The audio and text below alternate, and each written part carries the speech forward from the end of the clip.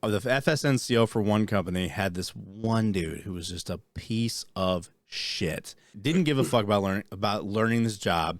Made my buddy's life a living hell because he refused to train, and he would straight up tell him, my buddy's an E7. He's like, fuck you, just straight up fuck you, and they wouldn't kick him out. He pisses hot for coke because of obviously retention issues.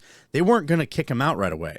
They made him go through ASAP. They said we can't process him out unless he does ASAP. Finally, for months. This dude stuck in the unit for a year before he finally got processed out. And the only reason why he got processed out was because he went to brigade, fired up a joint, and started smoking a joint while in uniform outside of brigade headquarters. And the brigade commander and sergeant major walked up to him. And the commander's like, "Are you smoking weed?" He's like, "What's up, sir?" And the brigade commander was just like, "Get this fucking dude out of the Army now." And then within weeks, he was gone.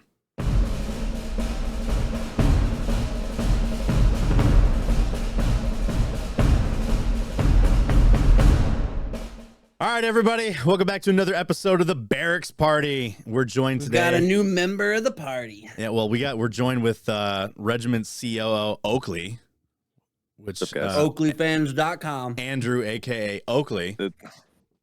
OakleyFans. Yeah. OakleyFans.com. Yeah. It's a real thing. It's a real thing. Go follow my socials. I'll love you forever. He's one of our higher staff over at Regiment. I think you're the highest staff member that we've ever had on because we can never get Chris to actually do this. True. We've asked him like 100 times, and he's like, "Nah." I'm like, "Why?" What are you scared of? He's got time for Fox News, but yeah, he's got time for Fox News. No time News for the Barracks Party. No, and it's like when we first started talking about doing podcasting, I was just like, we should have him as the first guest, and he didn't want to do it. I'm like, okay. So we just, we just kind of roll with it. I don't know. Eventually one day I'll get his ass on one of these episodes. I think it would be a hilarious episode. I honestly, Chris is a very awkward person. I debated on bringing my equipment down to the birthday and just have drinks with him and just loosen him up and get him on a podcast like that. But it wouldn't be as loose as Oakley can get him. So he's a very... He'll do it. He'll do it. You just gotta, give him a cranberry vodka or two. Pretty much, yeah. He loves those damn things. When we were in Milwaukee, that's all he drank. I was just like, cranberry vodkas? Like, come on, you're in Wisconsin, man. So let's talk about you a little bit. How long have you been in Regiment? I think I joined Regiment back in March of 2022. I've been in Regiment longer than you. I've been in Regiment longer than almost everybody. Yeah.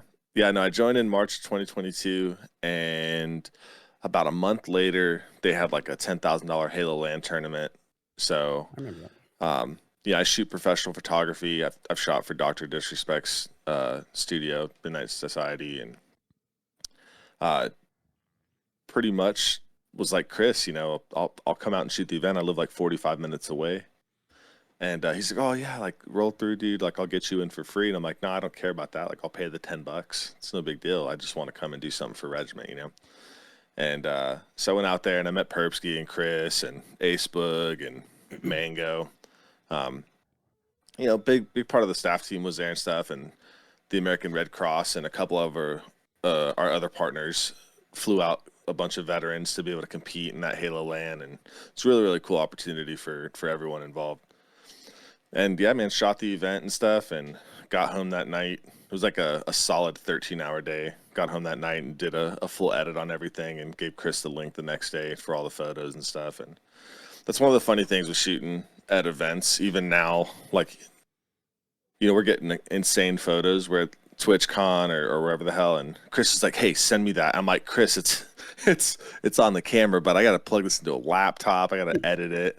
Then I can send it to you." So now it's we've got our photography team program at Regiment where we teach veterans and service members all the ins and outs of photography and composition and editing process and workflow and, giving them the tools to potentially even start a business if they really, really like it.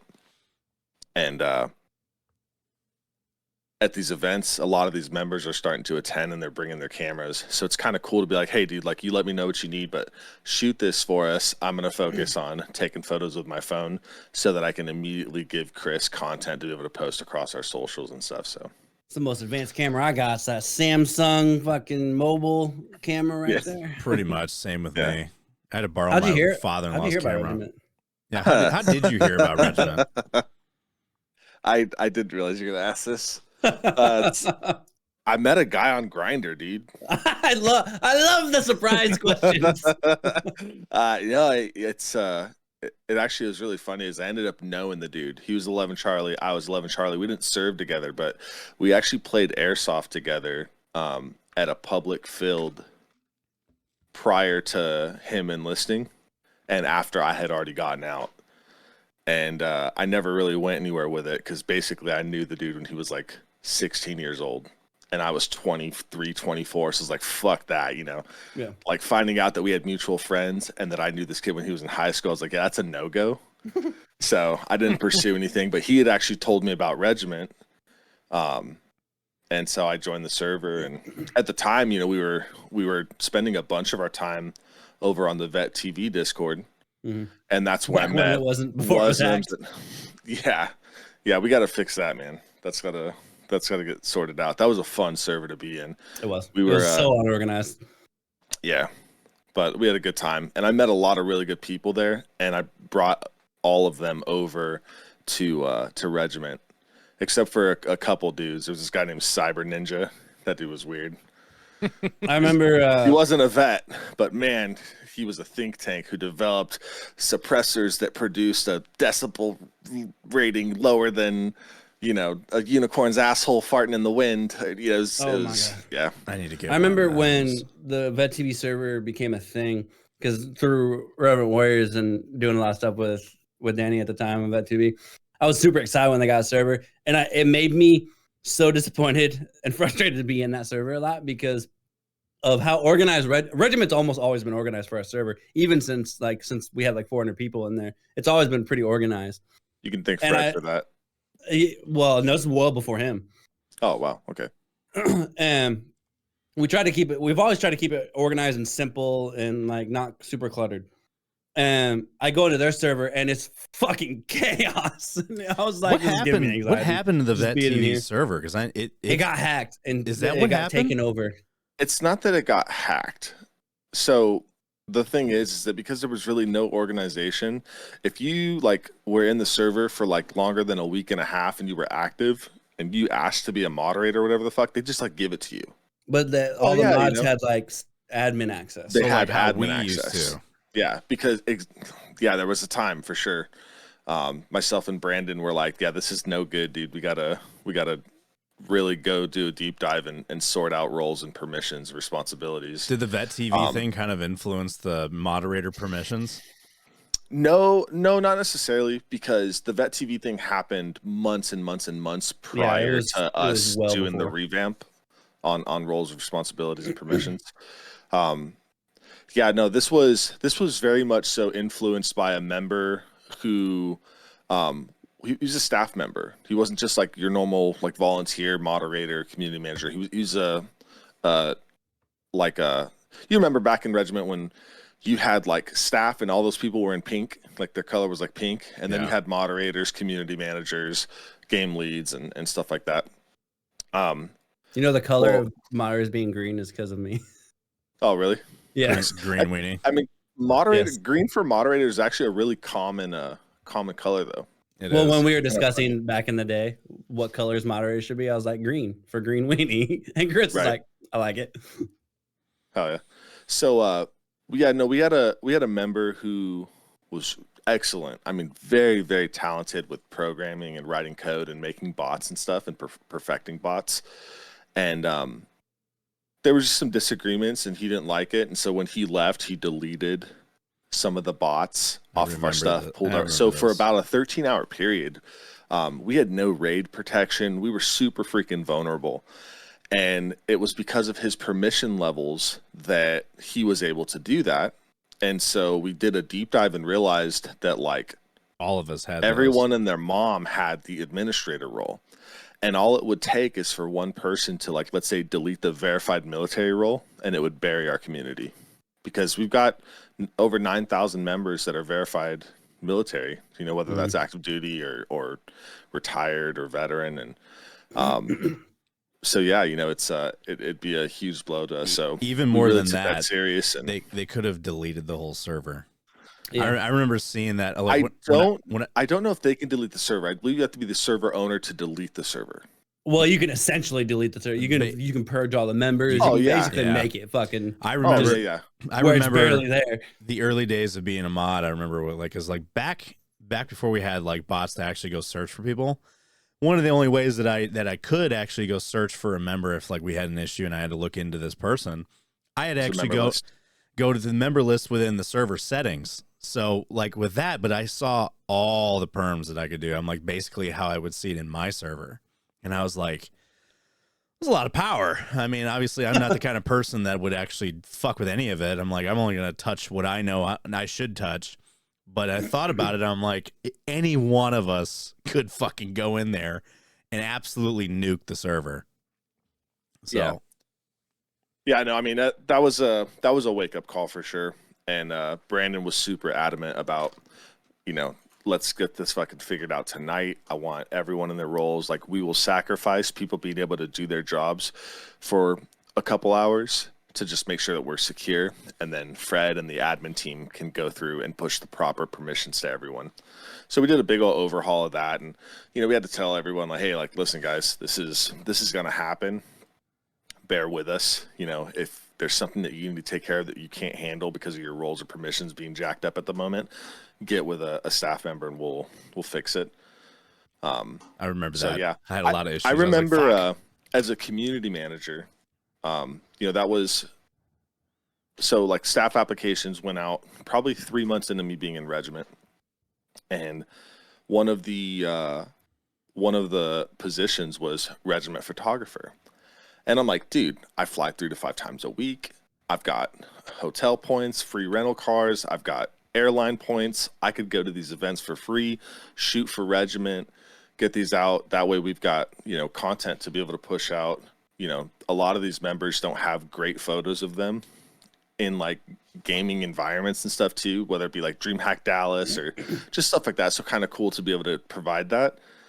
And that's what I applied for. I didn't realize it was the photography team lead and that I'd have to host like monthly challenges and bi-weekly challenges. So that's what I applied for, right? I was like, I want to travel for regiment and shoot photography.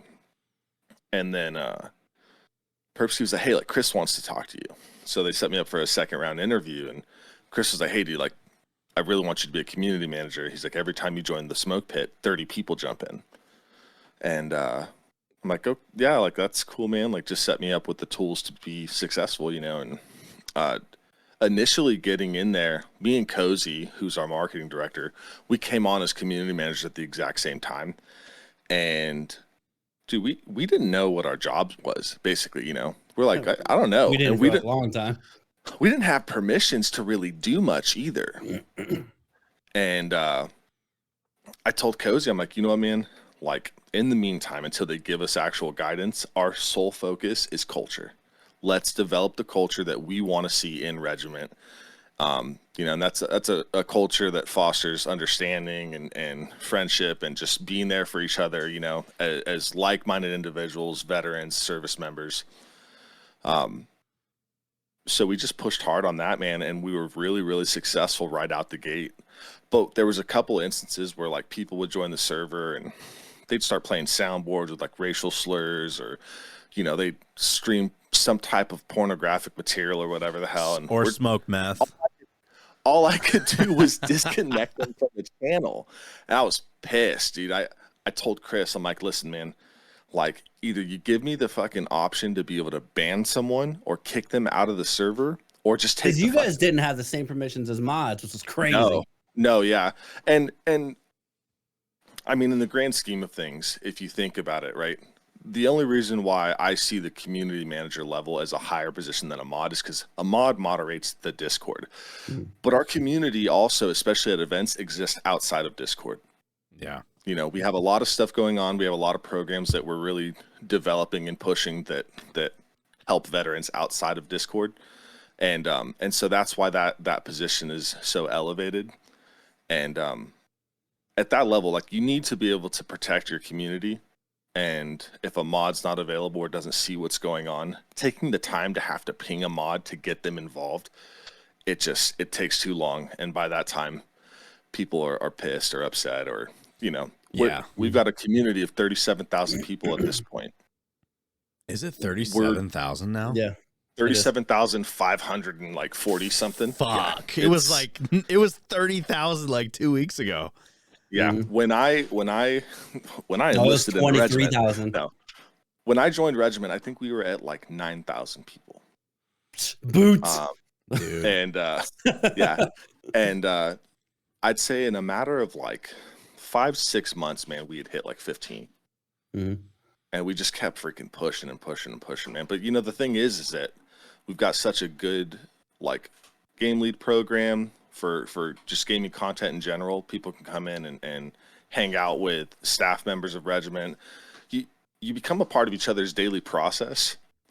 And it's kind of like, man, like I can't wait to jump into a channel every day and just hang out with some of our members, That's not to be like cheesy or cliche or anything.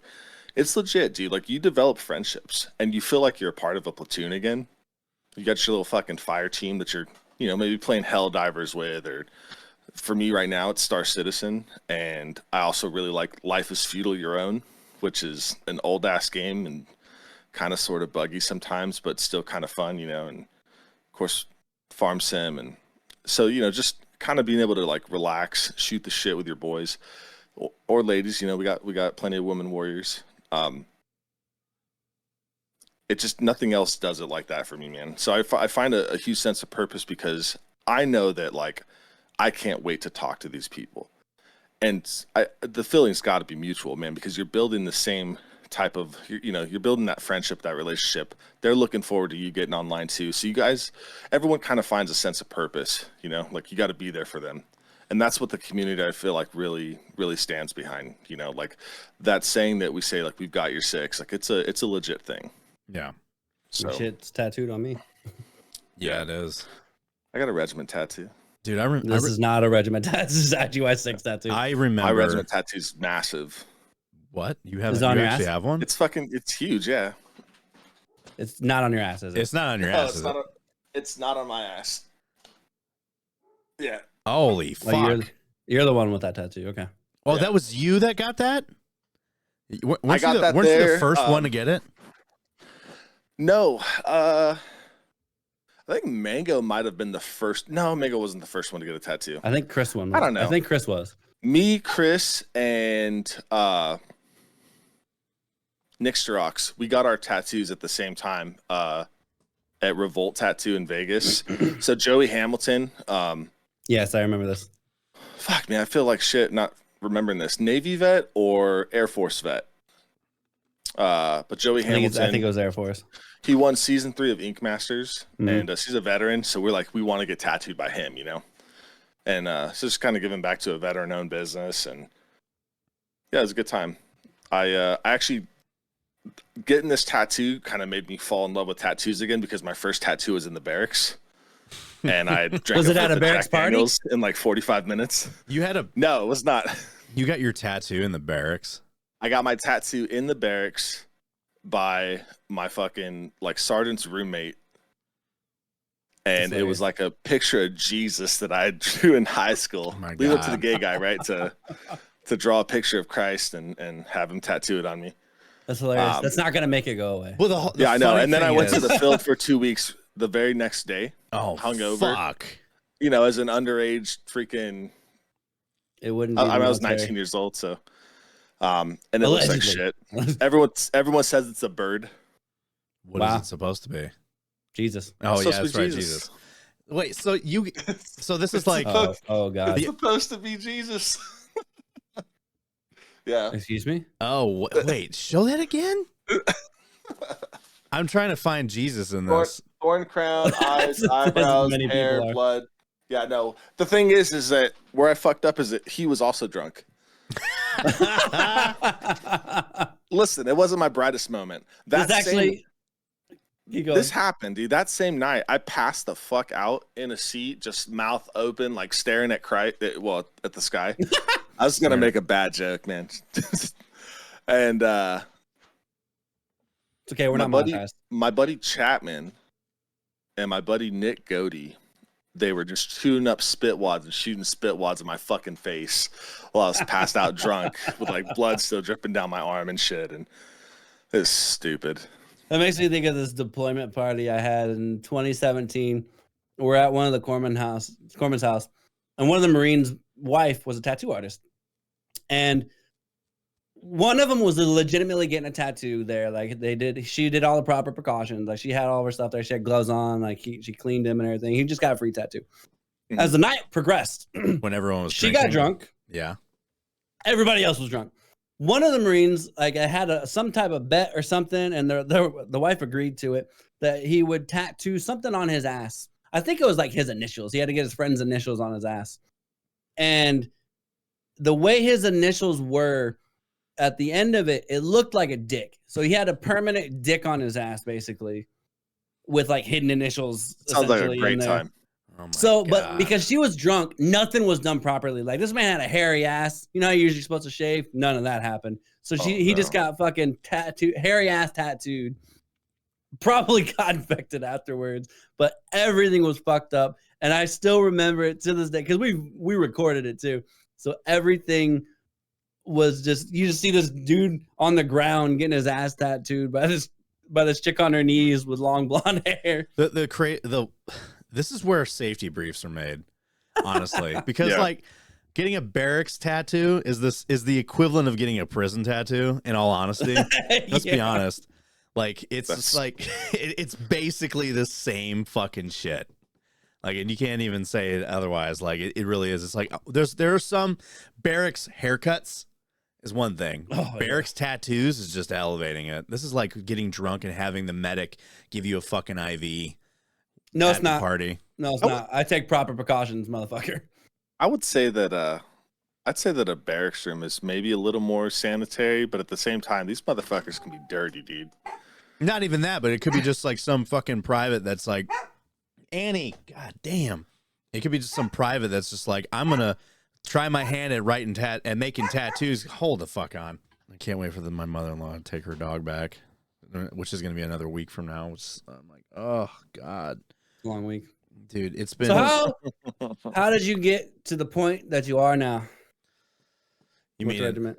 Yeah, with Regiment. So like as a community not gay. manager, that's not what we were talking about. As a community manager, getting a little more involved with like Chris and Brandon just on some of the more serious stuff, and in doing so, like I'm pretty big on like business development and stuff, and I've got a good marketing sense, and so I was utilizing an agile software or service called Trello, and so I introduced Regiment to Trello, and I started organizing and project managing every single program and like task that we had coming up, and a big part of that was tracking like our personnel, right? And it's what Activision says that they use, but nothing gets fixed. Right.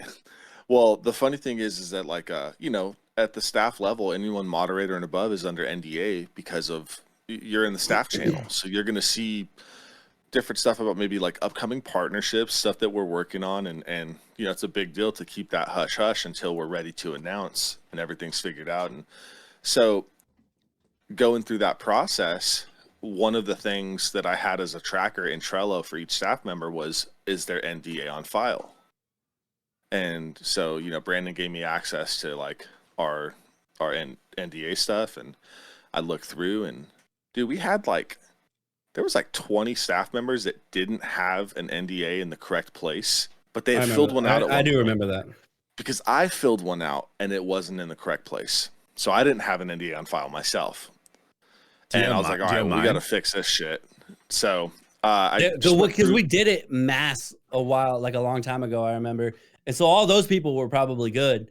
And then as people changed and like got brought on more, it just wasn't tracked the same. Yeah. Well, and I think that maybe they were filing those NDAs in a different place. Now the NDAs actually get filed with our legal team. So back in the day, I can tell you, I love Chris, but he's not the most organized. Yeah, I think that, and look at I'm not the most organized sometimes either. I think that when you're working at Chris's level and the stuff that he's doing, It gets jumbled. Yeah. That dude probably takes easily at least 15 meetings a day that are all ranging from 45 minutes to an hour. Mm. And in addition to that, you know, we're fighting for time with them too, because we have stuff that's kind of pressing and needs to be addressed.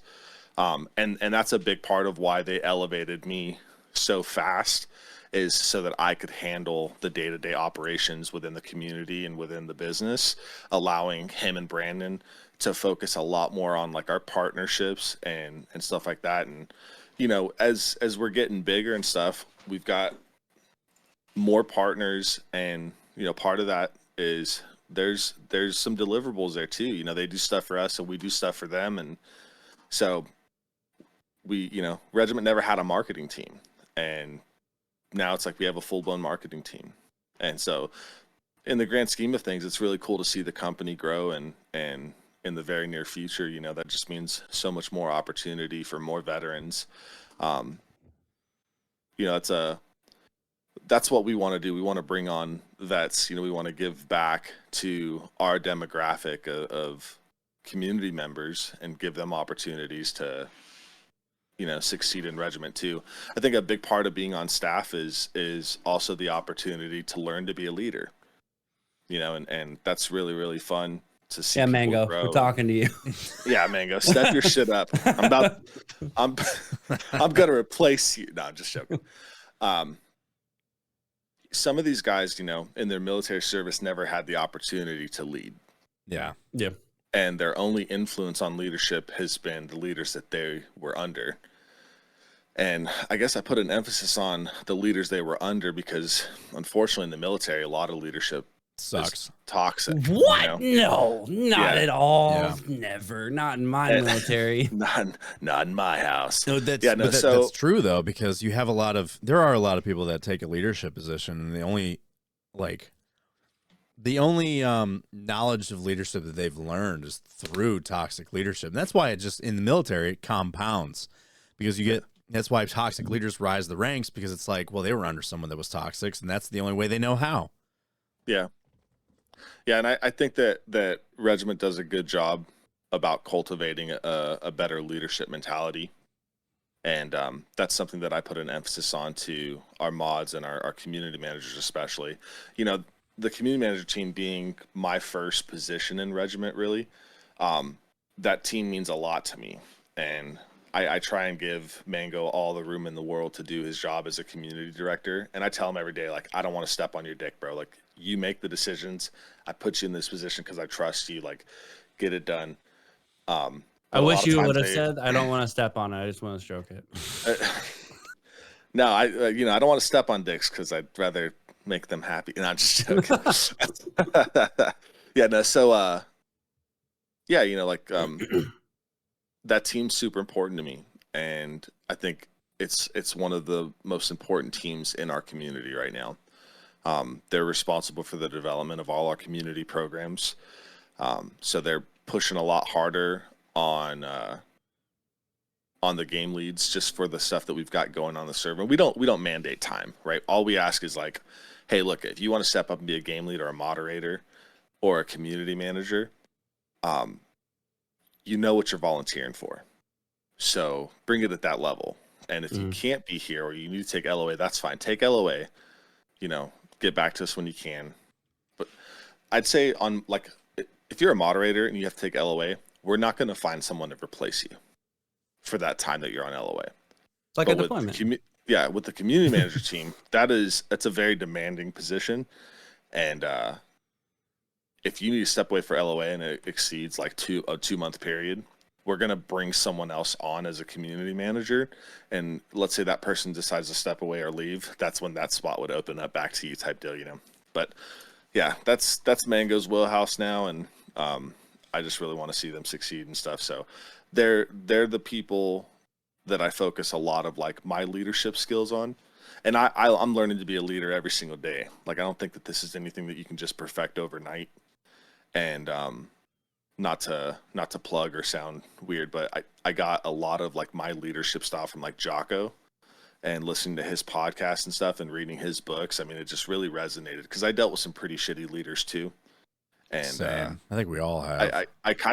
I use them like my parents, man. Like I didn't want to grow up like my parents. And so I don't want to grow up as a leader like my leaders. Like Get your privilege out of here with your parents. I want to be better. I mean, for as absent as they were, you know, yeah.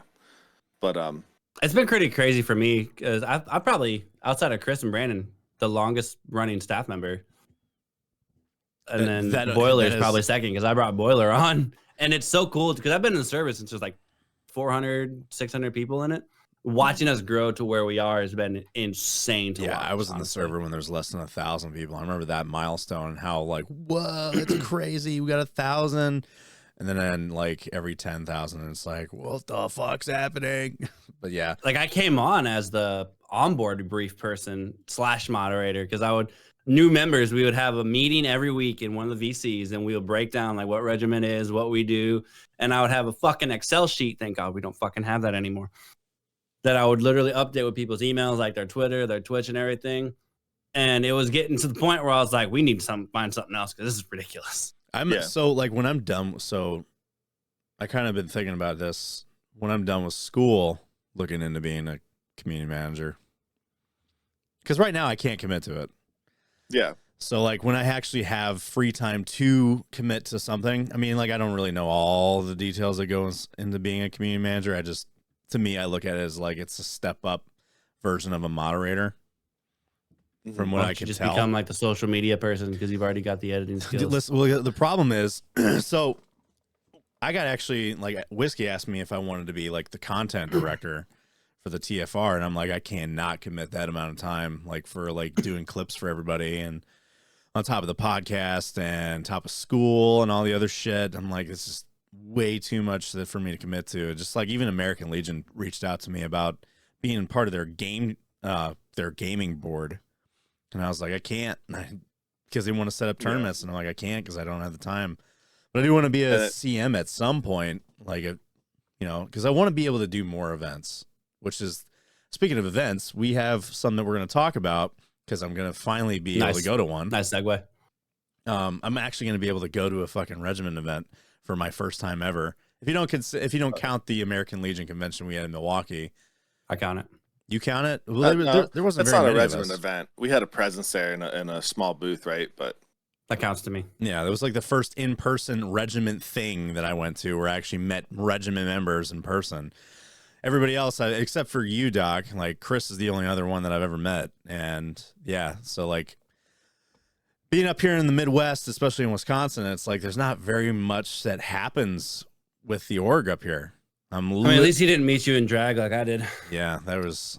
It's too cold up there, man. Yeah, it is. I agree. Wisconsin is cold. It's cold, It's yes, cheesy. but there's a lot of like as in with our outdoors program. There's a lot of outdoor shit up here. Like there's hunting, there's fishing. We got the Great Lakes right here. I can go outside right now and go hunting and fishing. And it's not fucking cold and miserable.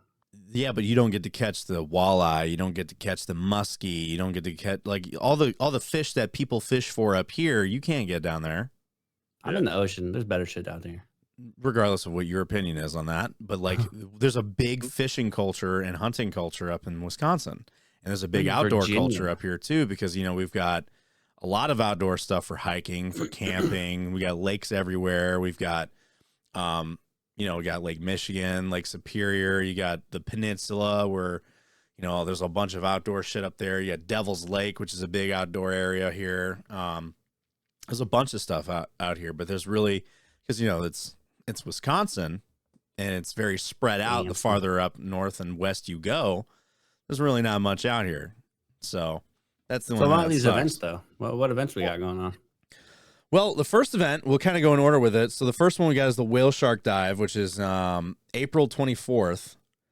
And that is, let me scroll up to the details real quick. So that one is the inviting the military veterans and their friends and family to swim with whale sharks at the Georgia Aquarium. And that is the Home Depot Foundation helped make that possible. I can just go to Camp Lejeune and swim with whale sharks. And your local strip club don't count, bud. Oh, okay. But basically, like the to qualify for that, you have to be a service-connected disabled vet, correct? Yeah. Yeah. So basically, the Home Depot Foundation and the Georgia Aquarium in Atlanta gave us 8 slots for service-connected veterans to be able to come out and swim, basically do a scuba dive experience with whale sharks. And so, like, their families can't necessarily swim with them. They can't bring their own gear. Like, it's a pretty sterile environment. They don't want to introduce any people's like outside equipment that may have been cross-contaminated with other stuff, you know. But no, it's really cool. I mean, if you ever look back to like all the stories about people in Germany or Walter Reed or, you know, getting hurt on deployment and going to medical or going to these hospitals, and like the first time they're able to really stand or whatever, you hear the stories about them going and just putting their feet in the grass because they've been in the fucking desert, you know, for so long. Yeah. There's something significant about, and not to get like any kind of hippie or anything, but there's something significant about rooting your feet, that skin to like grass contact. It's like you're connecting back to the earth in a way, you know, and it's healing. And so with this whale shark experience, yeah, Willie fucking Nelson. No, with this whale shark experience, man, I mean, these things are prehistoric. They're dinosaurs in their own fucking right, you know. And it's like the megalodon. It's going to be incredible, man. It's a amazing experience for people who have never seen those kind of animals, those mammals up close. And I think it's going to have some really positive effects on people's mental health and stuff for these guys that are participating. I think I'd be more concerned if they have seen them up close before. So outdoor being in nature is oddly therapeutic. Like I'll use my trip to Norway as an example. Me and my wife. You mean you guys touch grass? Yeah, you know, we're a bunch of gamers that touch grass. Me and my wife, when we went to Norway, so she has eczema really bad. And like with my thyroid condition and shit, we went to Norway in the few weeks that we were in Norway. Her eczema never flared up. Both of us like felt great. We were in the mountains and stuff, and just being out there, both of us felt better. And I don't know if it was just because it was a less stressful environment, but like also being like in the fjords and stuff, and just being part of that, and just like being out in the mountains and on the troll wall where you're like literally like just surrounded by these crazy landscapes. Well, the air quality is also the air quality as well. The air quality was also good. It was awesome. It was like, can't even really describe like how good it felt to be out in it. How much time each day while you were there did you spend on your phone or tablet or computer? The only time that we really spent on our phone was taking pictures of shit. Yeah. Or using it for navigation. Right. And so there's no real stimulation there with necessarily taking those photos or the navigation part, right? Whereas me, like, I wake up in the morning and I open up Instagram, and next thing you know, 40 minutes has passed and I haven't fucking moved. And I'm like, fuck, dude, I gotta get up. Like, I got shit to do today. But it's you know, designed that way. Or sitting here at the computer, you know, like I sit here and I'm either working on something for Regiment or I'm playing a video game. And I don't know, man. Like, if you think about it, we're in a day and age where mental health has never been bigger. You know, as far as people having problems, you look back to like the history books, you don't hear about people with mental health in the history books. You know, and these people weren't surrounded by buildings. They didn't really have a great understanding as well. Yeah, and I know, but like they lived in nature basically, you know. So Regiment Outdoors is a really big program for us. It's something that we really want to focus on later towards the end of the year and pushing into 2025. God, we're saying that out loud is so weird. I know. One of the best ways 2025. That part. Yeah. The thing. I mean, we're so early into 2024, but this year is going to fly by real quick. You know, so we're trying to lay the foundation for what we want to achieve next year for Regiment Outdoors.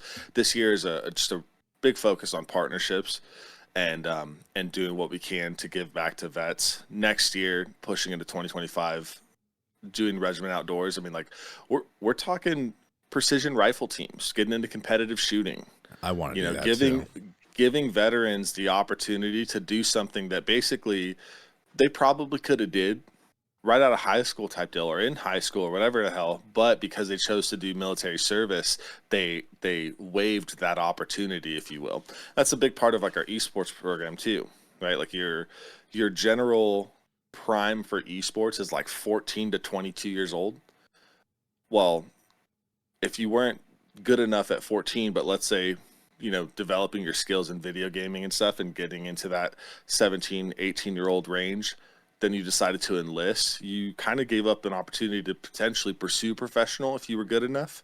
And so with Regiment and our esports program, you being a veteran, if you're cracked, like if you're good, we'll work with you. We will give you an opportunity to join our team and stuff. And the thing is that it's not about the money, it's about the experience there. You know, we want people to experience competitive gaming on a new level, and if that means that Regiment gets the opportunity to be able to fly a couple of vets out for a Call of Duty tournament or, you know, Halo or whatever it is, then awesome. And like, we're glad to give you the experience.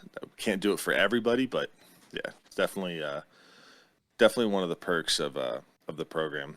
If you want to go outside now, go to the Reverend Warrior Silky's hike. Yeah, I think there's one in Utah right now. May 25th, San Diego. Come say hi. Subscribe to my OakleyFans. Your OnlyFans. Speaking of San Diego, April 26th through the 28th, we've got DreamHack San Diego. We're gonna have a booth of that, right?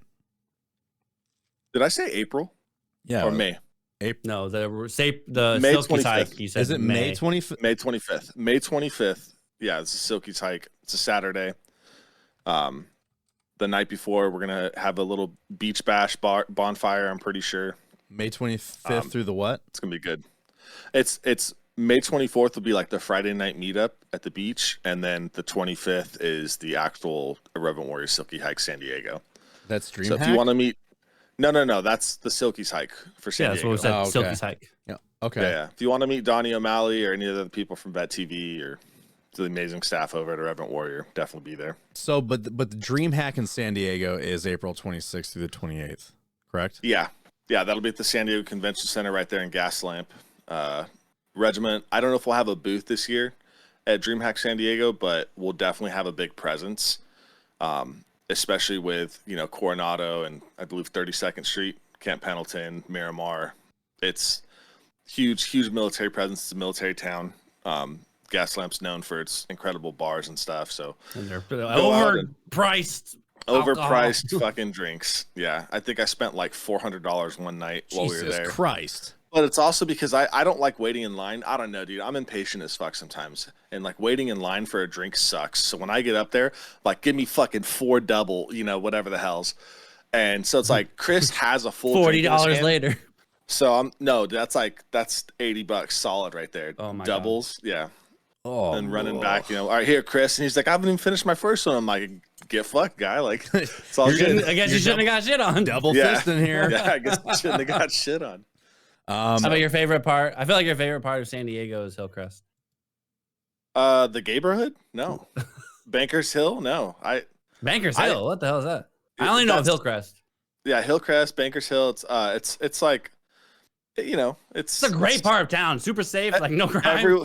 Everyone's a friend of Daisy there. Like, yeah. No, it's cool. It's a great place to live. I really love PB. I spent quite a bit of time in PB, but I moved for a reason. It's a fucking college area. No, I know. That's the fun part is like, there's always something going on the weekends. But I think what I miss the most is like Mad Beats on Garnett had these acai bowls that were badass. So, you know, we'd wake up and after like a heavy night of drinking, wake up, walk, grab an acai bowl, and then freaking hit the beach. And I got tricked by an Asian trans woman one time out in PB. That's a great hot. story. Hell yeah. I think that's part of Doc's Ho Stories on my other podcast. It might be. Were you married yet? No. Oh no, definitely not. Damn. No, I just got married within the past like 6 months. Okay, nice. Congrats, dude. That's awesome. So the big one, the big event, May 11th, Regiment 4-year anniversary birthday party, baby. And I think the only one in this group right now that's not going is Doc because reasons. He's got that experimental because medical the green equipment. weenie. He's got that. Essentially, it's the blue weenie. Actually, It's the blue weenie. Yeah, you're getting smurfed. Big Daddy Blue Weenie.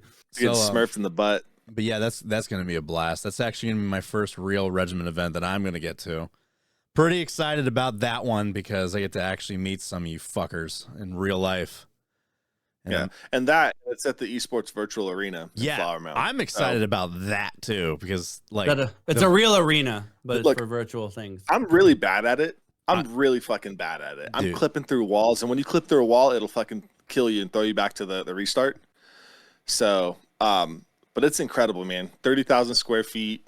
You got a freaking VR headset and a little fucking gun, and I mean, it's like you're playing Halo in real life. Let me tell you, I have a VR headset, and for a while, and I'm only not really into it right now because of school, but I got into VR and I started just like I invested. I got like a fucking I got like a gun stock.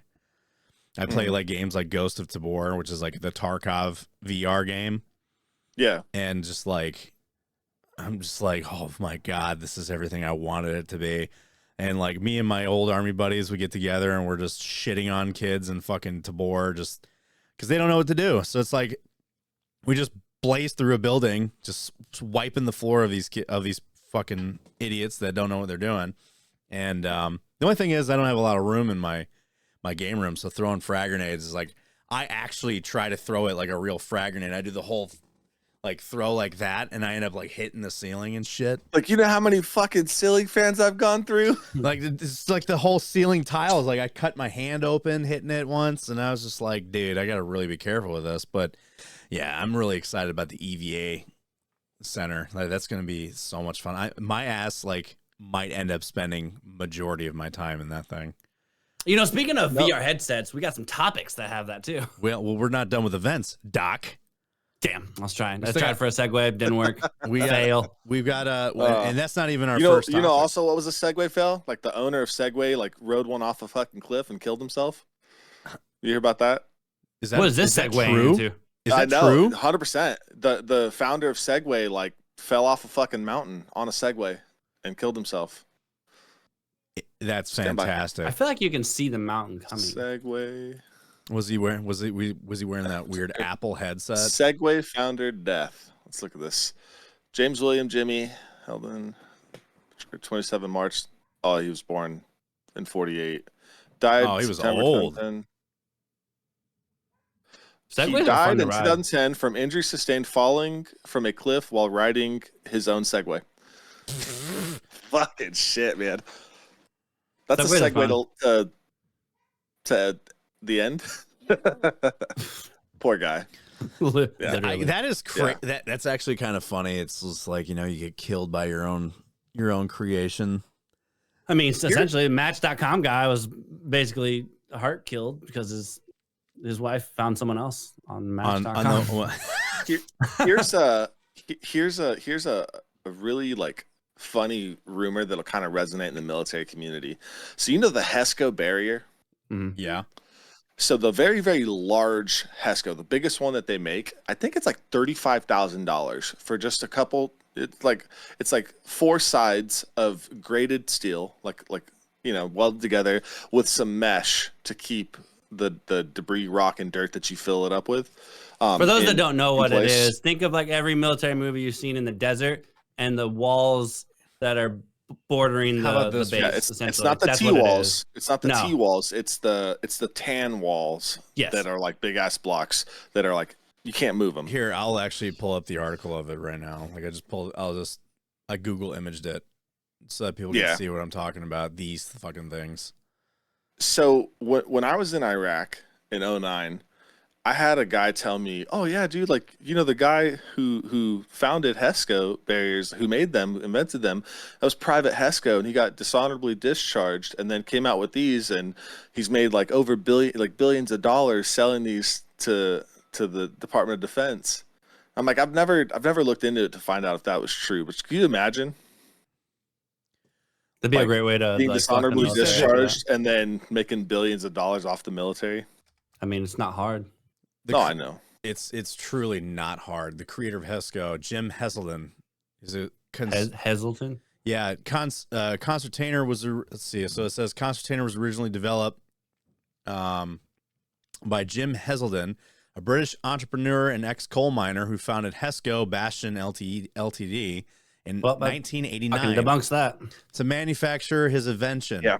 The brand name for his barrier is We don't care anymore. portmanteau of the words concertina and container. Basically, the rumor wasn't true, so I stopped caring. Yeah. So once we debunked the rumor, I don't actually care this anymore. is fucking Right. creepy. Underneath that, it says people also ask what happened to the guy who invented the Segway.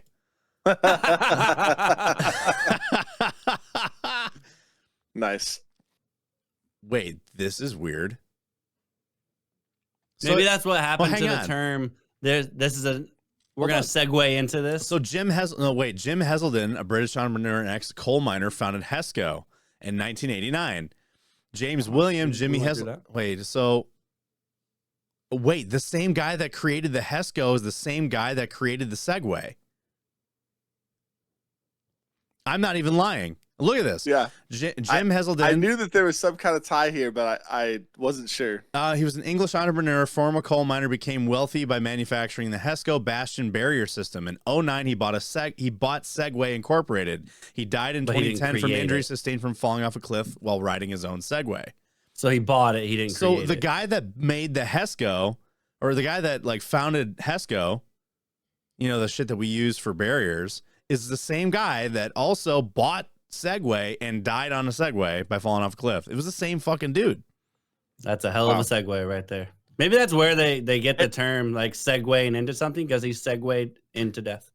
Well, that's why I brought up Hesco, is because I could have swore like there was some kind of tie there that I heard back in the day. I just wasn't sure, man. Like You half the literally time segued talking about into the it. shit I was probably drinking. So Facts.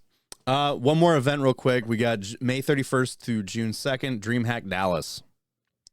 yeah, Regiment's probably going to have a booth there. We're headquartered out of Dallas Fort Worth, so it makes sense. It's easy. We got probably over 600 members in the immediate, like, well, I wouldn't say immediate because it's about a 3-hour drive between Austin or Houston or whatever, but just that area of kind of central / East Texas.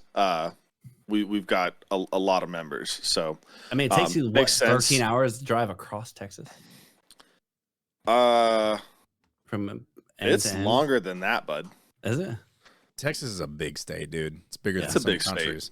It's true. Like I was It's the looking biggest at, country in America. so my Okay, because all like right. when I talked about going down to Dallas, I'm for not Texan, but I give them that right. when I was talking about going down to Dallas, my wife was talking about going too, and she's like, we could probably stay at her brother's house, and my brother-in-law lives in Plano, and I'm like, It's not far. it's not. I was told It's that not it far. is far. Plano is not far from Dallas Fort Worth. It's defined not far. How many hours? Hold on. Because someone was saying it's about 2 hours to get from the east side of Dallas to the west side of Dallas. Wow. That's what I feel like the was told. suburbs are called different things, though. They probably are. Like the suburbs of Chicago are technically 46 like different minutes cities. from Dallas Fort Worth metro, like from downtown Dallas Fort Worth to Plano. Yeah, but How many hours? how far to 46 minutes. how far to where we're gonna be for the birthday to Plano though? That was the thing. That would be a little closer because Flower Mound, you're looking at like going west on 190, and then probably 35 north, and then pushing surface streets right into Flower Mound. It's not bad. Let me here. None of the listeners care about this. Yeah. Guys. I know. Yeah, sorry guys, girls, children of all Listen, ages. 39 minutes from Plano to Flower Mound. But dude, like, so obviously, like, you know, we don't allow spouses to stay in the staff Airbnb, but like the staff Airbnb we're getting, it's pretty sick, man. It's I know. Spa, I saw it. pool, tennis court, basketball court, pool table. Are you We're gonna going alone? grill out on Friday. Am I going alone? Am I going alone? Yeah, I'm no, going alone. not you. Not you. Been Yes. alone Rock. since Yes, 2017. I'm Doc. going Let's alone. Go get married. Have you been alone, or you just been alone overall? Because your bedroom hasn't been alone the whole time. Which one of us are you talking Yeah. to now? Yeah, no, man. I've honestly just been really focused on like building my little fucking empire, man. Like, yeah, I know it sounds funny, but no, I've just really been focused on my career, and ever since getting into Regiment, that's been a huge focus of mine too. So That's the best part about being gay, man. You don't have to worry about any kids. He wants kids. no, I would love to have kids, man. But it would be your choice. Yeah, about when it would happen. I think we talked about this the other night. If I was gonna like do surrogacy or whatever, like I'm fucking having a lab select my cells. Like I'm getting a son. I don't want a daughter, bro. I will kill a motherfucker for looking her way. Like I really don't want to go to prison. And I feel like, all right, I'll pay the $10, $15, $20,000 that the lab charges to pick if I'm gonna have a son, to avoid jail time. That's fair. It's because you don't have to worry about any I guess this is happening now. So let's actually kind of dive into our topics now. I'm jealous. Speaking of diving into things. Speaking of diving into things. Segue, right? Yeah, segue. Right off the cliff we go. So we're going to talk real quick. Pal World. So Pal World made so much money that it's too big for a studio with our size to handle, says the CEO. But the CEO says he's not going to go public or sell up yet. He wants to make multiple small games. We'll dive into whatever the hell that all means. So apparently Valve is undergoing an antitrust lawsuit. Mm-hmm. And Valve executives asked Tim Sweeney, "You mad, bro?" after angry email. So there's some pretty heated emails between Gabe Newell and Epic Games CEO Tim Sweeney. And which is also interesting because Epic is accusing Apple, unrelated to this, Epic's accusing Apple of stuff in their antitrust again. Well. Yeah. They say that they've taken them off of their store. I saw this. So they can't, they deleted their developer account. I saw that. I'm like, God damn it. The Apple versus fucking Epic is back at it again. The banana has returned. Dude, that lawsuit lasted so long. And I was like, dude. So funny. It was so ridiculous. The most ridiculous testimony. Oakley, I don't even know if you know about the Apple versus Epic lawsuit. I'm not tracking. So pretty much what happened was Apple took Epic off of their app store, and the reason why was because basically the premium shit that they could buy in game was there to circumvent the Apple store. So Apple wasn't getting charged a lot. Apple was charging a lot. So they found a way, like Epic was letting people get it in game without using the Apple store, and Apple was just like taking them off. Well, Epic was suing them, saying that, hey, this is like a big violation of antitrust and stuff, like, whole bunch of other stuff. And like some of the arguments that Apple brought to the table was like one being one of the skins, the banana skin for Fortnite characters. Pornography, because it's naked. Saying it was like promoting like pornography because the banana wasn't wearing clothes, and that the bottom part of the was a banana. The bottom of the banana is not wearing clothes. Yep. Yeah, they said the bottom part of the banana was the penis or something like that. And they like we read the actual transcripts, and as I'm reading, I'm like, is this this is actually a court transcript? And it was.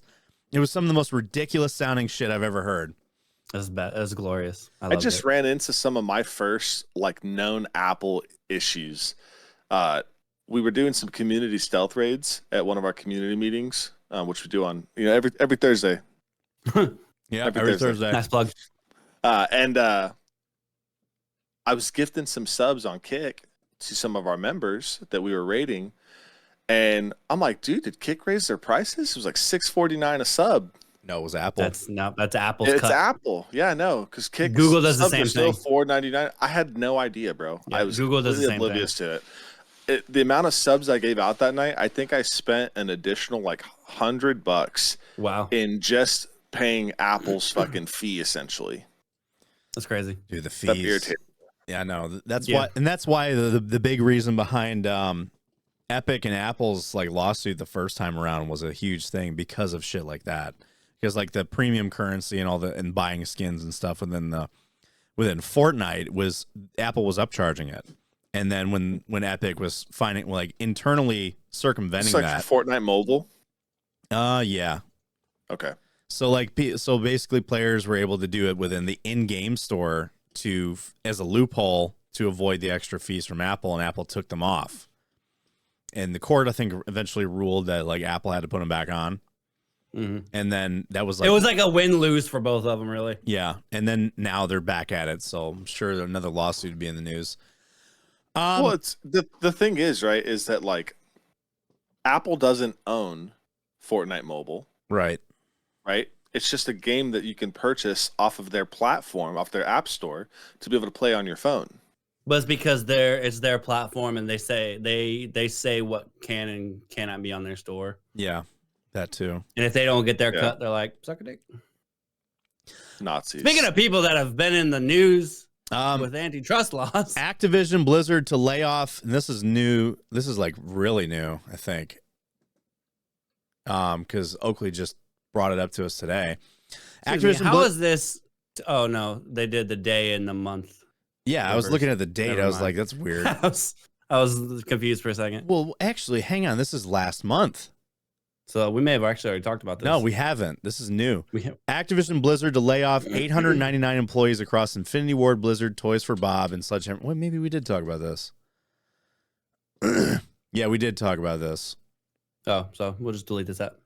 Well, way to go, Oakley. Sorry, but I think one of the things to highlight on this, and it's why I don't play any Activision or Blizzard games. I refuse to, because they're, how do I say this without making Regiment liable for slander? Let me tell you something. I have said some fucked shit about CEOs at Activision. I don't give a fuck about it. I don't like the way that Activision treats their employees. And an example of that is we had the CDL Major 1 in Boston, right? Yes. So a bunch of Activision employees are there. They're hosting they're doing all the production for the event, right? Working their fucking asses off just to get notified on their way home back to wherever they're based out of that they're laid off. And it's like, so you use them for the weekend to make yourselves look fucking fantastic. And then, oh, hey, by the way, and I get it. There's severances involved and these people aren't just like immediately screwed. But that's a pretty, it's like getting out of the military again and not knowing what the fuck you're going to do. Well, so Activision has done shit like this in the past. And let's use, what was it, Raven in Madison, Wisconsin? Or is it Sledgehammer? I think that was Raven. I think it's Raven. So you had contractors so the way that contractors work in the gaming industry is that you get a contract to work for this company. And Raven is based out of Madison, Wisconsin. So developers that were contracted were told that they had to relocate to Madison, Wisconsin and to work on whatever game they were working on.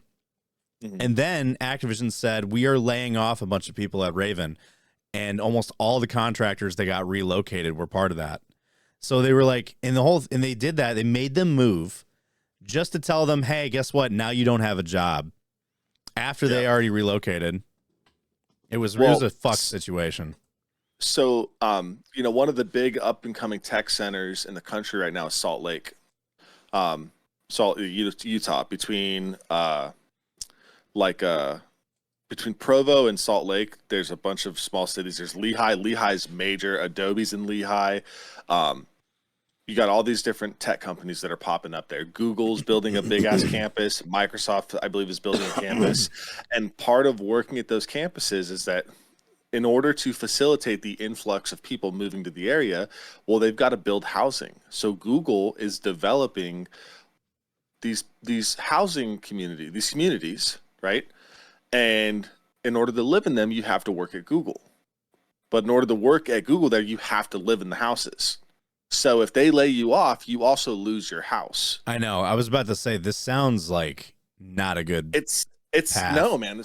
I wouldn't go for it. But then again, a lot of these people working at Google, they're probably making they're getting paid pretty well. They're getting paid well. Probably depends on where you're at, but still, is it worth like working your ass off?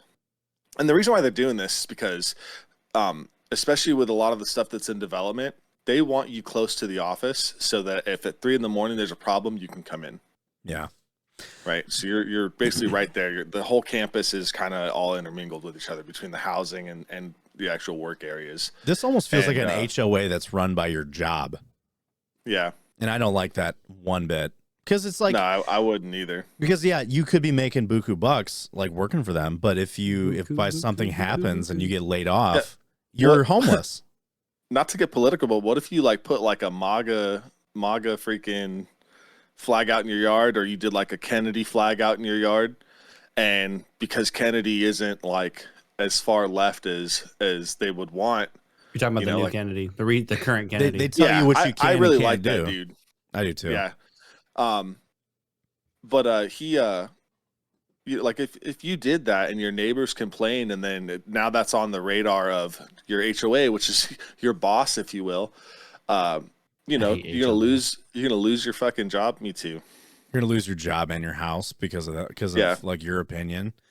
It's HOAs are nothing but Karens and Kyles just enforcing fucking ridiculous shit on the people that live there. I will never. Have you ever heard of a Melrose tax? No. No. I don't think I want to. So a Melrose tax is in addition to like your HOA. I believe it's county. It's based off the county. But like when they build these housing communities, the local schools can't necessarily take the load of like the amount of new children moving into the area because, the housing expansions. So a lot of this Melrose tax also goes to the development and the building of new schools. And so it's like it's repairing the roads, the schools, it's paying for just all this crazy stuff. And like over the lifetime of your loan for your house, like because of the Melrose tax, you will have paid like over $100K more. That's insane. And then in addition to that, the Melrose tax, I don't think it stops. I think it continues after the fact. And even if you don't have kids, you're still paying for other people's kids to essentially pay for them goddamn go to kids. School. Me and my sister were driving home, like, not to be a dick, man, but like your kids are your kids. Like, I don't give a fuck. Like, fuck them kids. I'm like, hey, protect them. Like someone's trying to hurt some kids. Yeah, we'll kill them. Like, I'll go to jail over that. That's cool. I don't care if they're smart. But like, no, man, homeschool your fucking kids. No. 2020, we've proven that doesn't work. Oh my God. Well, people are stupid. Let's put it this way: transferring it to their kids. So my wife's cousin is a teacher, and I'm not talking shit about you. She just took her headset off one ear to listen to what I was saying. Excuse me? My wife's cousin is a teacher, right? So what grade does she teach? Third grade. So the impacts of everything that happened from 2020, we won't say it out loud because I know that YouTube will be like, but the impacts of all that with like, doing school from home and stuff their teachers are seeing it now in their students. Like they have no writing skills, no communication skills. And like it's a failure on, in a way, the parents' part because they weren't actually teaching kids anything. But some of them, I mean, you gotta think the way the America's school system is set up is it's more all encompassing of things versus like say Japan, they fit like a particular niche and like that's what you go for the rest of your life essentially. Like we do everything, but most of that everything doesn't fucking apply for the rest of our lives. Right. So like we do it in school and we never fucking use it again. Right. That's why so when you do your kids' math homework with them, especially with Common Core, which blows my mind. Yeah. You sit there and you're like, I feel pretty retarded right now because I don't remember any of this. You said a word that I'm going to have to bleep, you bastard. I don't care. Anyway. I was using it in the proper sense. But yes, like the whole like writing skills. Those are my pronouns. The writing skills of kids nowadays is so bad. And like her cousin talks about it all the time. Like these kids don't know how to write. They don't know how to like write any sentences and shit. Let alone do cursive. And well, now you're seeing the iPad. Bring that shit back. You're seeing the iPad kids grow up, and like the effects of being the iPad kid is being seen in the schools. But because of the way the education system, which is a rabbit hole we won't get into, but the way the education system is, like they just pass these kids. They don't hold them back. Yeah. Yeah, they basically no kid left behind. No kid left behind. So if you're turning 15, well then you're gonna move up to the grade that 15-year-olds are in or shit like that. And like I saw on TikTok and shit about how students in 8th grade, teachers are saying these kids can't read or write beyond a 4th grade level. And what happened 4 years ago? Now they're in 8th grade. You know, they were We're the at, squirrel. they We're the were squirrel you know, podcast, I swear. Yeah. well, How do we get here from Activision? My uncle, his kids, when he was stationed in Japan, he met a Japanese woman. They got married, and she's fucking fantastic, man. I love her to death. Well, they had a daughter and a son, and in the summertime, instead of those kids being at home for the summer out of school, they're in Japan going to school in Japan. that's crazy. So these kids are freaking smart, dude. They speak Japanese, they speak English, and they're learning French. And so they talk French to each other. Their mom doesn't speak French, but it's just like it's another language. So these kids are like plodding behind my uncle and aunt's backs in French and shit. It's funny That's as hell. funny. Dude. That's awesome. They're incredible kids. What if the after effects of the nuke in Japan just made them smarter? Probably. I don't think that's how that works, but Well, I mean, look at them now with their plasma screen TVs. Huh? So speaking of the influences, where'd they get all that plasma from? so speaking of the influences of 1942. Was it 42? I don't know. I don't know, it was 45. 45. I think. 45. Yeah. So speaking of like 42 is when we joined the war, I think. speaking on the influences of social medias and shit, former Activision boss Bobby the Kotick is rumored to be involved in buying TikTok. If they have to, Which means you're gonna have to like, it's basically gonna be on the same thing. Your algorithm's gonna be on a pay scale that like how Tinder and shit is. So the more money you put into it, the more broad your algorithm will be for you to see things. Guarantee it. Because he's all about making money. But we'll talk. He got Activision to the point where it got now, and then we'll dive into that. So in the VR world, inception attacks on Meta VR headsets can trap users in a fake VR environment.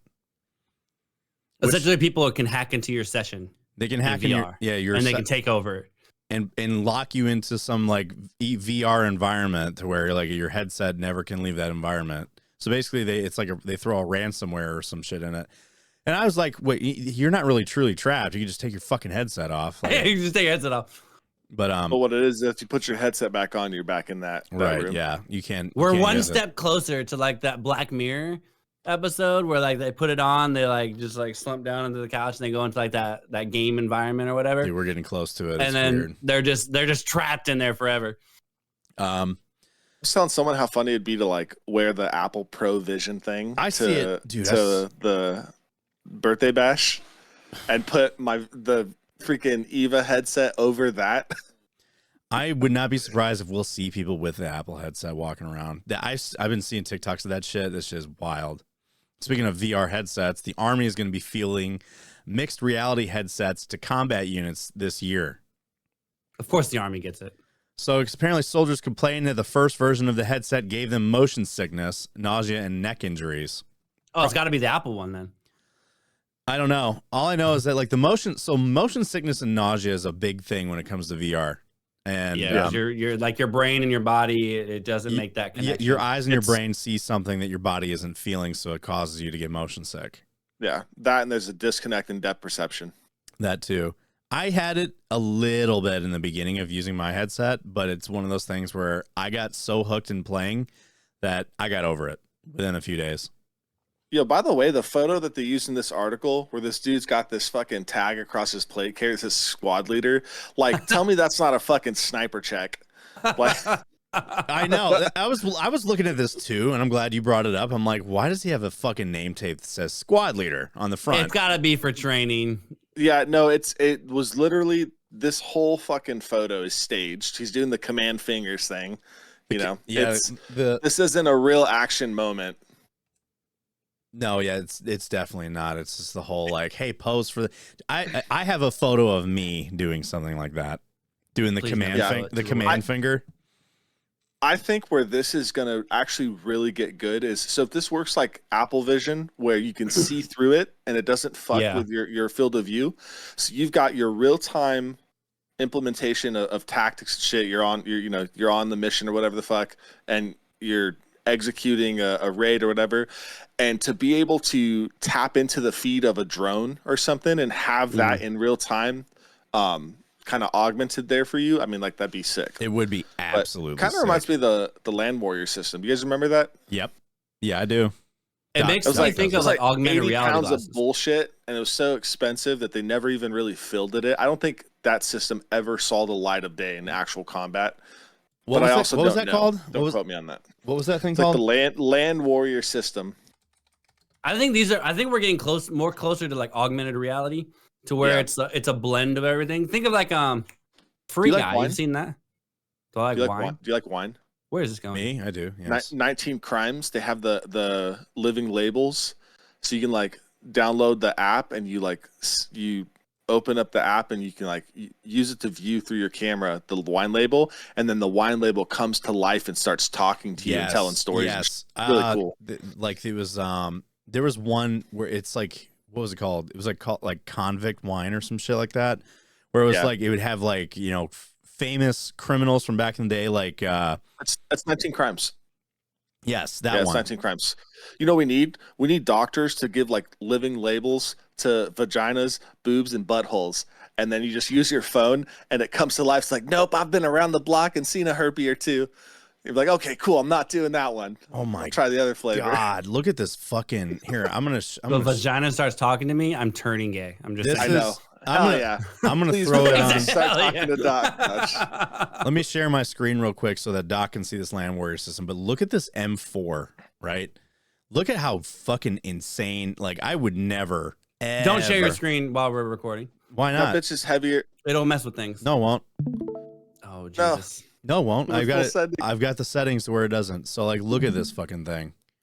Is Yeah, this what that you're thing talking? that's heavier than a fucking 40 Bravo, bro. You could have literally just sent the link for that. No, because it's a Wikipedia link, so I could not just send a link. It would, you have to scroll Check down out a that while. Tradoc fucking bending follow me patch. Oh my God, yeah.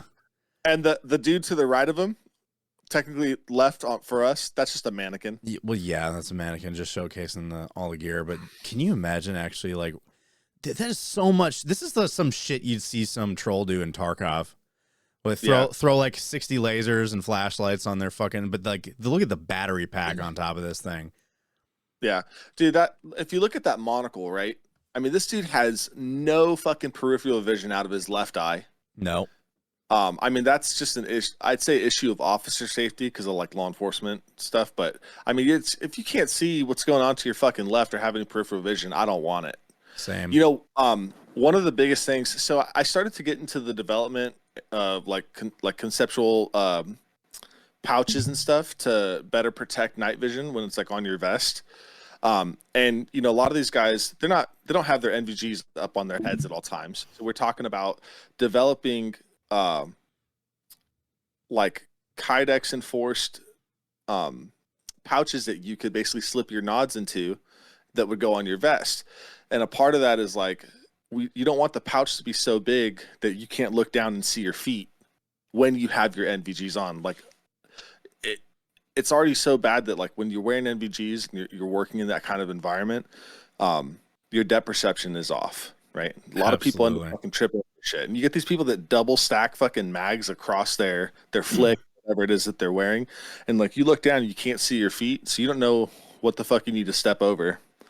And yeah, no, it's kind of funny. All that shit, like it's to have your vision blocked, no good. No. So no bueno. It'll be interesting to see like what changes this VR headset is. Back more into military news. Soldier charged with selling secrets on HIMARS, F-22s, rescue helicopters, and nuclear missiles.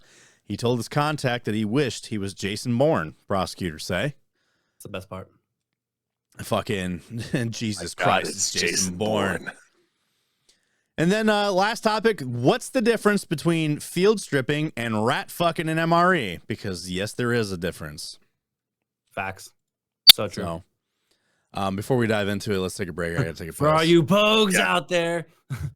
I gotta take a piss. What's up, guys? Regiment in this podcast is brought to you by G Fuel, the ultimate energy drink for gamers. G Fuel uses a special blend of vitamins, antioxidants, and other natural caffeine resources to keep you from having those jitters or even that crash that you normally would have from other energy drink brands. So whether you're having a long gaming session or you're just having a long day and need a pick-me-up, G Fuel definitely has you covered. G Fuel also has a wide array of flavors to choose from. But if you don't know what flavor you want to try, they also sell variety packs on their website, and they even come with a cool shaker. So head on over to gfuel.com and use promo code Regiment at checkout to get up to 30% off.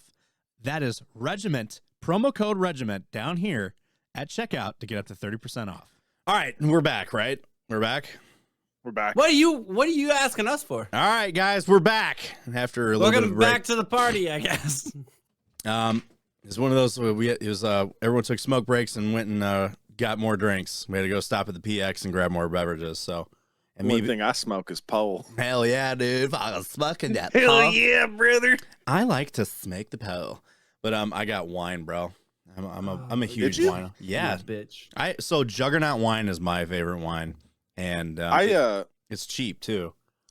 I made a little concoction.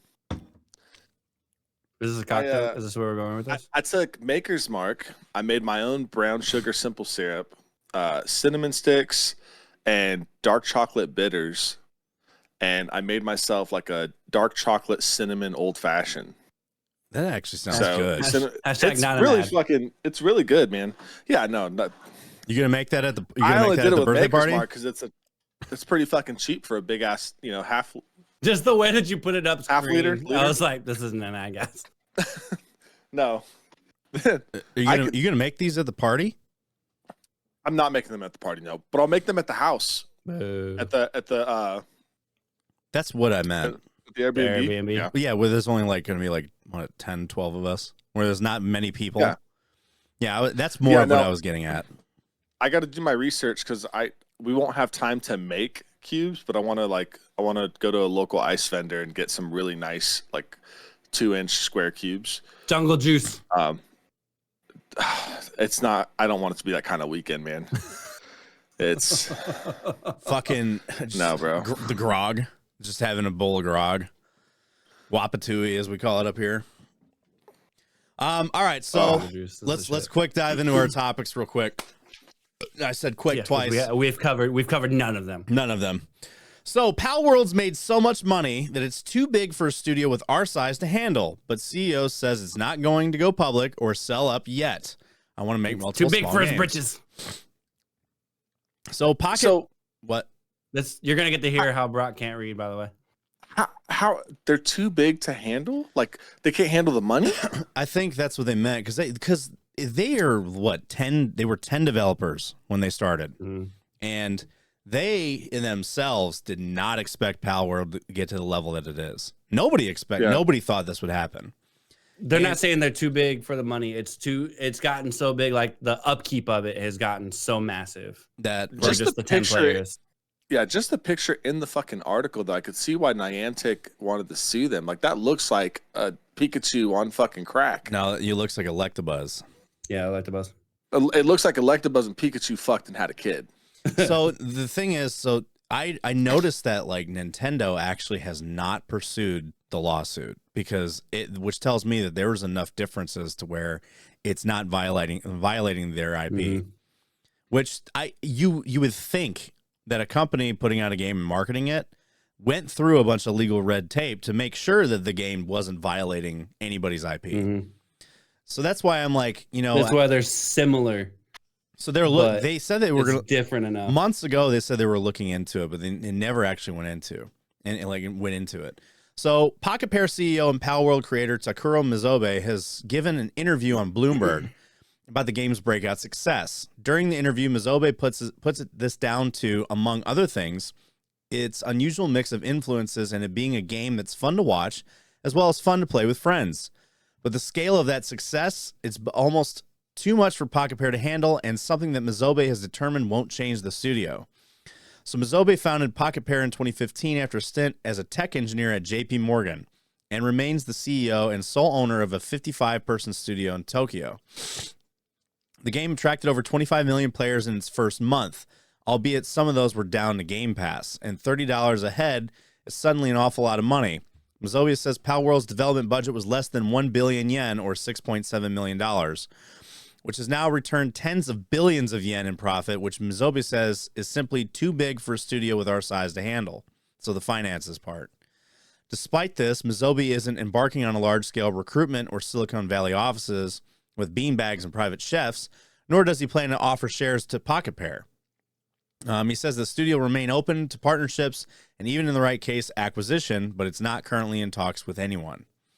And he's realistic too. Don't expect another Pal World style viral success from Pocket Pair, but to expect something built on those same principles with the Mizobe regarding the more mid-range studios as the places that can genuinely pioneer game design. So pretty much they want to get into smaller projects. And I think this was intended to be a smaller project, but it just blew up. It was just done so well. Pocket Pair sounds like a feature on a fucking pair of underwear for your nuts. It really You does. should have named it like Mizobe Games or something. No, the best pocket pair of underwear is called Sacks. I wear Sacks. Yeah, Same. I got like I'm 6 wearing pairs. them right now. Only I am 6? too. Those are rookie numbers. Those are rookie. You know, pump that shit up. You know, I have like him 30 pairs saying of like them. they're open to potential talks of acquisition, but they're not in talks with anyone right now. That scares the hell out of me. I've never played Pal World, but it's great to see success like this, and people fucking love the game for what it is. And I'm sure there's people that have different issues with like specific things, but It's they're only an probably early access addressing game. It's not those. even done. Yeah. It's like Discord, man.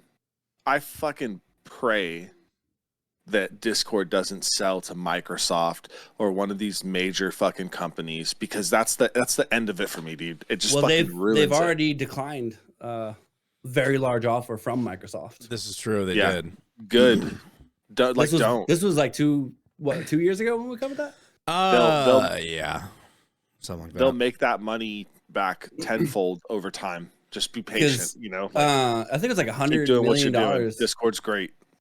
I think it was like $100 million or some shit. It was a massive, no. massive offer. And Discord's like, nah, bro. That's nothing. Keep your 100 shit. mil is nothing in the grand scheme of things. Discord is It's huge. an amazing platform, dude. It is truly huge. And I am in the same opinion as you, that if a big company or whatever buys them out, it's gonna ruin it. And not because of the fact that a big company bought it. It's gonna ruin it because the experience is gonna get changed. We all know what happens when a big company buys something, and it's They never either lay them all off They to get rid of the competition, and then or they it make just changes that becomes nobody shit. and they make changes that nobody fucking asked for.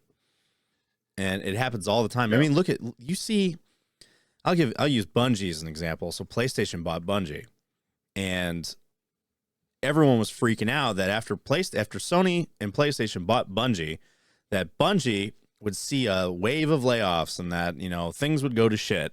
And with that deal, Sony gave Bungie a decent amount of money to avoid layoffs, and they ended up doing it anyway in like November or December. They ended up laying off like several hundred people. Was this a recent acquisition? It was like a year ago. A year ago? So Bungie originally was like partnered with Xbox essentially, right? For Halo. Yeah, so yes, Bungie back in the early days of Halo, yes, Bungie was in Microsoft Studio. Then they fell under Activision. Yeah. Did this acquisition give PlayStation rights to Halo essentially, or No, No. No? So Okay. Bungie when they sold that IP. so Activision bought Gotcha. Bungie and they sold the IP to Microsoft, which then they gave that to 343. Bungie 343? Bungie wanted to do the biggest reason why they did that was because Bungie wanted to make other games. Microsoft wouldn't let them do it. So they sold to Microsoft. Microsoft bought Bungie, told them that, or I'm sorry, Activision. Activision bought Bungie, and then they created Destiny. Activision was kind of fucking around with Destiny and like with their whole monetization stuff that was like making the game like Destiny 2 when that launched, it was a massive flop, and the DLC that they had was void of content, but the store was loaded. Like they were trying to monetize everything. 2 years after the release of Destiny 2, Bungie told Activision that they wanted to part ways and take the IP with them. Activision said yes. So for the last several years, Bungie was independent, and they were their own independent studio with the Destiny IP. Last year, Sony bought them, and it was mostly because of financial issues. They were currently trying, they needed the money to actually get the rest of the project going. And Sony, part of the deal was that Sony wasn't going to influence anything of that. It was going to business as usual. blah, blah, blah. And then the layoffs happen. Bungie just came up, like it was like several months ago, was like, hey, we're laying off like 100 something people. I don't know how many it was, but let me look real quick. It was a lot, and including they laid off the fucking music composer, which everyone was like, why would that guy go? It was December. Yeah, it was 100 employees got laid off. It was like 5% of their workforce. So it was a massive concern. Like layoffs are happening like crazy in gaming. It sucks. That's why we talked to Tim gaming. about it. No, it's the tech industry as a whole. Yeah. Like I work in the dental X-ray field outside of gaming, and yeah, we saw layoffs across the board for every single company in our sector. So I was just at an IT conference this week, and that was actually a big question because they were saying, what is the state of IT of the tech industry right now with all these layoffs? So the software industry is not experiencing layoffs. I mean, the ones that they are experiencing have nothing to do with the fact that like we don't need those jobs anymore. What's happening is, and everyone talks about AI, the tools that software is implementing are AI. The problem is that you have people that are reluctant to even learn how to use it and refuse. So naturally, yes, they are going to get laid off and replaced with somebody that will learn how to use it. And the other thing that the AI systems that they're putting in within software is to cut redundancies out of programming. So you're going to have like a copilot, an AI copilot that helps you with your code to find errors, to help it run. And it saves you a shit ton of time as opposed to like having another developer look at it. Instead of having another person look at it, you have the AI look at it, and then you see what the AI gives you. And people are just refusing to learn how to use it because they're reluctant. Yeah. That's where the layoffs in the tech industry are happening on the software side. I think they're reluctant because at the same time that the AI is helping you, it's also it's learning, you know? Mm-hmm. And eventually it'll come to a point where they don't need the person. The AI will do it all. So that was actually a big question in that too, because there was a big discussion on this because we had lectures on AI during this conference. Somebody asked the question about that, saying like, hey, is this going to basically cut out the developer? And the answer is no, because the AI, even if it is like years down the road, when it's like the most incredible piece of tool that you could get as a developer, at the end of the day, AI can't understand certain things with programming that only a person can fix. There's a lot like other things that are required in implementation of different lines of code or different ways that code gets structured or like files getting put in certain places. AI can't do it at all. Yeah, it will be able to. That's the thing is that if a human can learn it, if a human can learn it, then the AI can learn it. It's too. more of the actual physical use of the program that the AI can't actually touch. It doesn't know how. If you teach AI the laws or rules of the language they're programming in, they'll know all the ins and outs of that, and then just in time with different like use cases or whatever, or different scenarios where you have something that's not structured correctly and it needs to be moved above a line or below a line. I don't know if that's exactly how that works. Like it'll be able to parse through that, and AI will be able to test those sequences in real time a lot faster than, let's say, one of us can. So what I mean, like the human interaction with the IDE, the software that you do for the coding, the things that the AI can't do is actually build the file for you, create the file, use the IDE, put it all in the right places. Even in file structuring is another thing that AI can't do. Even like it's just one of those things where it'd be like telling an AI to put a car together, and actually like it'll tell you how to do it, but it can't physically do it. So essentially that's the way I could think of actually why that's doing that.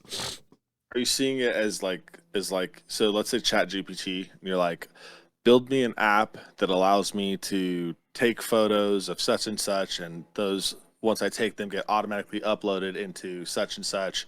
So you have a concept, and it might be able to write some of the code, but it takes the developer themselves to actually put that code into proper place, right? Yeah, for the execution. Not even just that, but like to actually, not just the code, but also all the tools involved that allow the code to do the thing that it needs to do.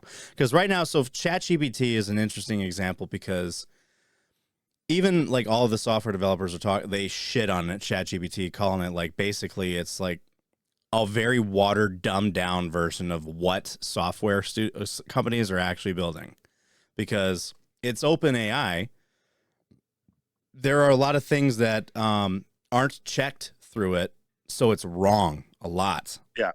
Yeah, no, I'm tracking that. And like if you go on there and you write a quick article on how the 45th president of the United States wasn't Donald Trump, there could be influence from that article on AI's output if someone was to ask about the 45th president of the United States. Like, just, and everything you say might be not true, but it might take some of that as truth and give that input to someone else who prompted it. Yeah. Well, so talking about it like in a developer standpoint,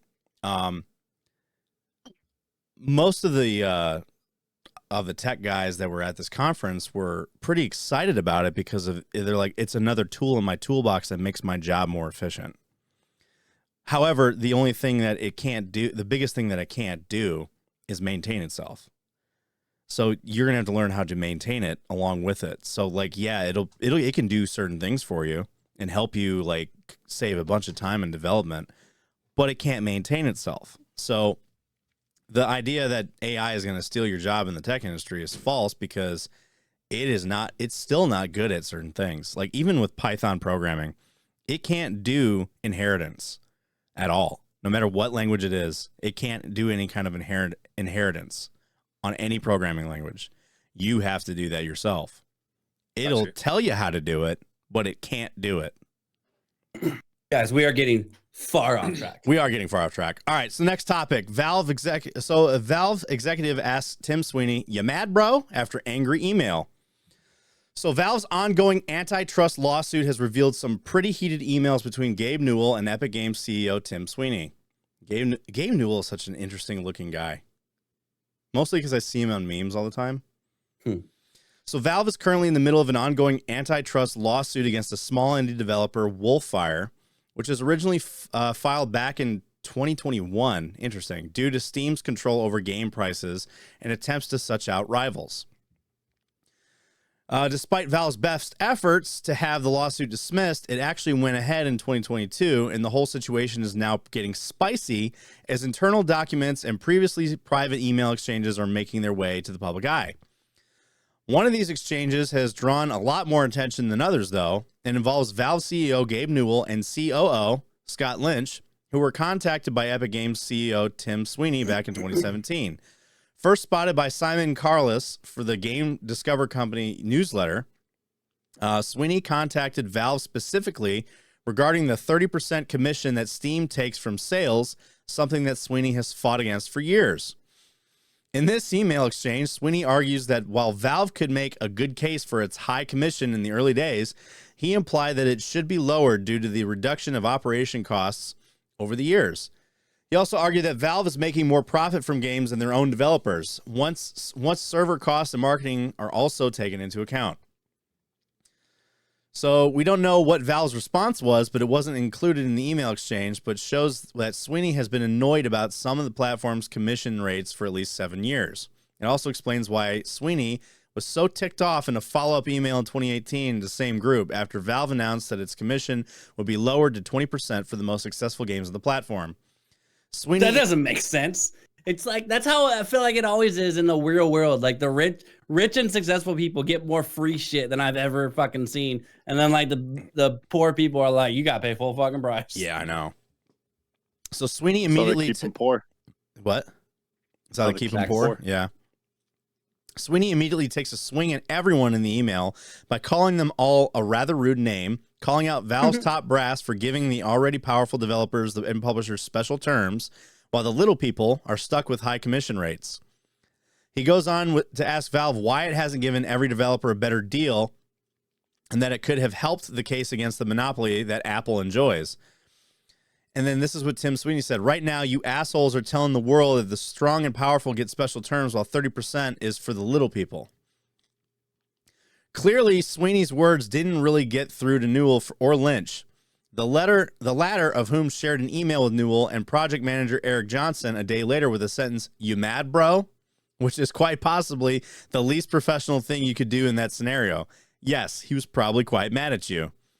To be fair, to be fair to Valve, Sweeney probably shouldn't have come swinging at Valve in the manner that he did, even if he does have the moral high ground. Swearing at someone over an email is arguably the second least professional thing you could do in negotiations, and it's now very clear at the point at the top brass of Valve and Epic Games don't like each other very much, although that's not exactly surprising.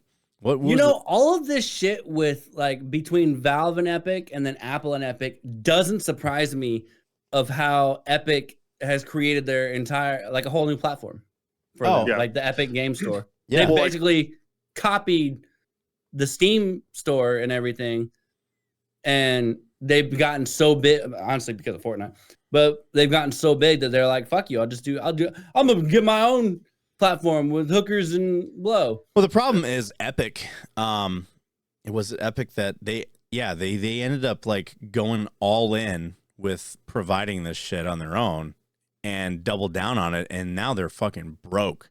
They have yet to see any true profit from the Epic Game Store. Like any real profit, I should say. Yeah, I mean, what's because the only thing that anyone really gets off of there is Epic specific games like Fall Guys or Skull and Bones. What were you saying, Oakley? Well, no. So like, I like Epic a lot. I like how its interface is so much more like newer than Steam. I don't feel like Steam has had an interface overhaul in a while. No, they definitely not. And I think that in regards to these studios selling their games on Steam and Steam taking such a huge cut, at the end of the day, I think these studios should put in the time and effort to just build their own fucking launcher. And if you want more profit, take your game off of Steam. It's not going to hurt me. I'll download your launcher if I want to play your game. So, and that way you keep more of that money in house. So, you know, like if Steam wants to be fucking shitheads and take most of the profits, then. But it's also marketing too, though, because Steam, just having your game on Steam alone helps market it. Yeah. Some companies have already done this. Problem is, it's not really that profitable. And the biggest issue is that gamers hate it. They rather have just one area where they can get everything they want. Launcher. So, and that's why there's that big discourse between the Epic Game Store and the Steam Store, because gamers are like, I hate the Epic Game Store. I'd rather go off Steam. Or there's some that just don't care and get them all. That's why so many people had issues with Call of Duty when they previously had to have the, what was it, Battle.net to be able to play Call of Duty. You had to get it off the Battle.net. Yeah. Mm-hmm. Now that it's on Steam, most players use it from Steam. There are free games on Steam, right? Yeah. There's free games on Steam. The funny thing is, right, is so like Rocket League is owned by Epic, correct? Yeah. Well, when Epic made Rocket League free on the Epic launcher, well, Steam was still selling it for like $20+ or whatever the hell it was. Because they had to get that commission. It was a huge seller for them. Like Rocket League was a big deal on Steam. And because Epic made it free, everyone started coming over to Epic to play Rocket League. So they didn't have to pay that money. And so then Steam ended up pulling it off the platform. Instead of just making it a free fucking game like the other games following suit, it's just it's a matter of being money hungry. And I get it. They got overhead costs. They've got people that work for them. Like their headquarters is up in, I think, Bellevue. I think so. I don't know. Bellevue, Washington. I've had like 2 or 3 opportunities to go and tour the place. I just never really took it up. But yeah, I mean, I don't know.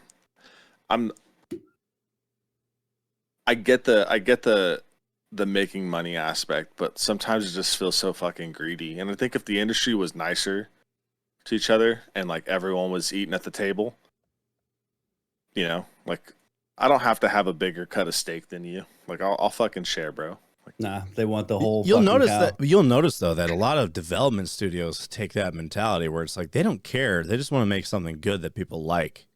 yeah, Look at Helldivers. publisher. Look at Helldivers those are 2 the and best Power World. fucking games. Yeah. They I mean, are. like this year, the two most successful games had no publisher and almost no marketing. Well, the publisher is the developer, essentially. The publisher was the developer. I mean, Helldivers 2 is a little bit different because their publisher technically was Sony, but they sort of. yeah. When you look at it, it doesn't show any of that listed. I think it was just like a partnership. It was like a partnership. It wasn't a true publisher, but like the two most successful games of this year already that broke Steam records or any records in the gaming world for amount of people that bought it and amount of people that are playing it and continually playing it, they didn't have publishers to back them.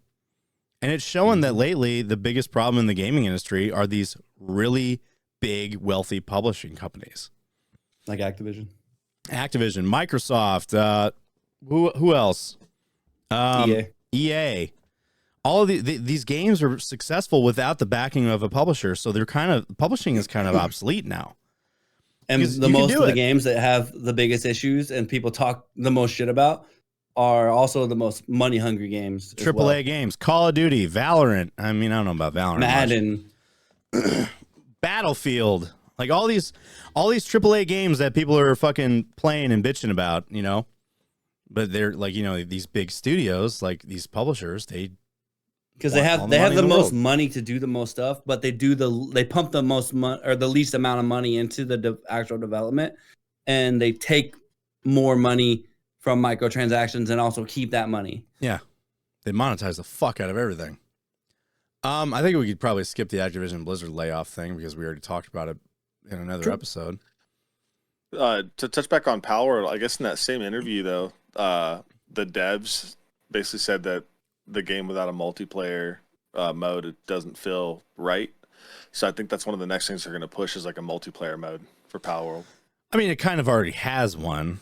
I mean, you're talking about like multiplayer, like as in like you could play against others. I think so, yeah. Because right now it's multiplayer, but it's all PvE. Like not to add any kind of fuel to the potential fire that is, you know, the talks of a potential lawsuit between them. I know you said that like they've kind of laid off in regards to Niantic and stuff, the makers of Pokemon. But if you could do PvP in Power World, I mean, like there's going to be Team Rocket or Team Rockets fucking everywhere. There kind of already Yeah, is a Team probably. Rocket in Pal World. Yeah, Is there it really? actually It's called they're called the Syndicate. That's awesome. I'm telling you, they took the same concept, changed it enough, but like you can have the same idea. Like companies do this all the time, where they make this essentially the same product, but they just change it a little bit. Boom, you're allowed to do it. It's not copyright infringement. Right. That's why they have, instead of Pokeballs, they have Pal Spears. So speaking of greedy fucks, Bobby the Cut Kotick. Former Activision boss Bobby Kotick rumored to be involved in buying TikTok because TikTok is a BDI big topic right now because it might get banned. Speaking of banned, like with a ban, did you see that fucking congressman? What was his name? Jeff something. He was the guy. He's the politician that was always going on TikTok to kind of really talk to people on TikTok about what's going on behind the Then scenes, votes to ban it. and then voted in favor of banning it. And it's like, oh, cool. So you use this platform to get your votes, and now you're voting to get it banned. And then he was getting fucking slammed on TikTok, and he deleted his video talking about why he doesn't think it's gonna Do be banned. as I say, not as I do. And then he posted an apology, and everyone's just like, in his apology, he talked about, well, there was some stuff that was discussed that the public doesn't know about with TikTok and like the other companies that are involved with it. And it was like, okay, way to be transparent and not actually tell us what that issue was. You know? So like, I don't know. It just goes with me. Like, this is going to go on a fucking political rant that I don't want to get into. My Thank you. opinion. I just fucking, I hate politicians. Anyway. Me too. So TikTok could have new owners in the future. as former Activision Blizzard boss Bobby Kotick has reportedly expressed interest in purchasing the social media platform. According to Wall Street Journal, Kotick has approached ByteDance founder Zhang Yiming over a potential sale of the company if the company agrees to sell it. This would be a very bad thing to do, if I'm being honest. According to Wall Street Journal, such a sale is estimated to be in the hundreds of billions of dollars, because we know he has it, and Kotick would need to find partners to raise the necessary funds. One such partner could be Sam Altman, the CEO of OpenAI. And it's rumored that TikTok could be used to help train AI models for the company. Kotick also raised... What? Wasn't Sam Alt... That's not the former Twitch CEO. No. Because we talked about that too. Yeah. So Kotick also raised the idea that an Allen and Company dinner recently to other interested parties. In 2020, Microsoft also expressed interest in acquiring TikTok, a move that saw a company's value increase by $77 billion at the same time. Fucking Microsoft's just trying to buy everything. Yeah, they want total control. It's all fucking control. It's a monopoly, which is why they can't do it. TikTok finds itself in the crosshairs of a new U.S. bill, the Protecting Americans from Foreign Adversary Controlled Applications Act, which I'm going to say, protecting your data from foreign governments, like, but you don't protect our data from foreign governments or our own, so fuck you. Which aims to protect national... We don't want other countries to do it. We're allowed to do it. Yeah, which aims to protect the national security of the United States from the threat posed by foreign adversary-controlled applications. TikTok and its owner ByteDance have long been considered a possible security risk to the U.S. due to suspected links to the Chinese government. Suspected links. I'm going to really hammer on the suspected links. Alleged. But Senator, I'm from Never Singapore. mind the millions of dollars that China's paid, certain government officials. I know. If we ban TikTok, we gotta ban Temu because it's so much worse. These congressional hearings with the fucking CEO of TikTok, and they like are hounding him on the Chinese government. He's like, Senator, I'm from Singapore. I'm not even from China. And they're like, you served in the military though. He's like, yes, for the Singaporean military. I'm Singaporean. Like, my wife is American and I'm Singaporean. Like, what the fuck? It was just like That's fucking funny. And it was like a huge meme on TikTok for the longest time. Because can it connect to the Wi-Fi? Excuse me? Yeah, can TikTok connect to Wi-Fi? He's like, can your phone connect to Wi-Fi? I'm asking about TikTok. I'm like, if your app is on the phone, then yes, it connects to Wi-Fi. There's a security risk. Fucking stupid. Anyway, so TikTok and its owner ByteDance, Chinese government under the new bill have signed into law. ByteDance would be forced to sell the platform within 6 months or risk of being banned in the U.S. Now, here's the thing that I actually thought about today. They have, if this law goes into effect, if they all vote on it in the next couple weeks, they've got 6 months to sell. What's going on through that 6 months? Elections. Correct. Who can use that in their favor during the election? Politicians can use TikTok in their favor, and then as soon as it's banned, nobody else after them can do it. Yeah. So it's their way of just saying that, like, they're trying to push their own and it's weird because even the president created a TikTok. So if he created a TikTok, but why the fuck is he trying to get it banned? It's weird. Well, just related to social media, I mean, TikTok is one of the most active platforms outside of Twitter. Yeah. And politicians don't own Twitter anymore. Right. Like Elon Musk does, and he's not taking their influence, and he's not adhering to demands and shit, if you will, So they need to get in control of a platform in time for elections so that they can fucking persuade and essentially interfere with elections by manipulating. You mean like with Facebook? Yeah. Like with Facebook and when Twitter was a thing before Elon bought it? I mean, like, again, we're going to get down to a rabbit hole that we should not get in here on this, this shit. But here's the thing. The U.S. makes 10% of TikTok's accounts. Only 10%. They're not going to sell because of 10% of their users. Yeah. So U.S. President Joe Biden has also indicated that he is willing to sign the legislation that could lead to this ban. If they pass it, I'll sign it, Biden says to reporters. Ice cream. Meanwhile, Kotick has he didn't make a coherent sentence that well. Did that happen? Did that happen? Did that happen? I did that. Did that happen? I did that. You guys ever had chocolate ice cream? It's the best. It's like we were talking about the state of like the world right now. Ice cream's good. Meanwhile, Kotick has exited Activision Blizzard following the finalization of Microsoft acquisition of the company, and with a pay package rumored to be in the area of $400 million. So his golden parachute. Remember when I said that this fuck had a golden parachute on his way out? There it is. Who did? Golden parachute? Bobby Kotick. He was the CEO of Activision. That was the thing. So like when everyone was calling for him to resign, the board members would refuse to remove him.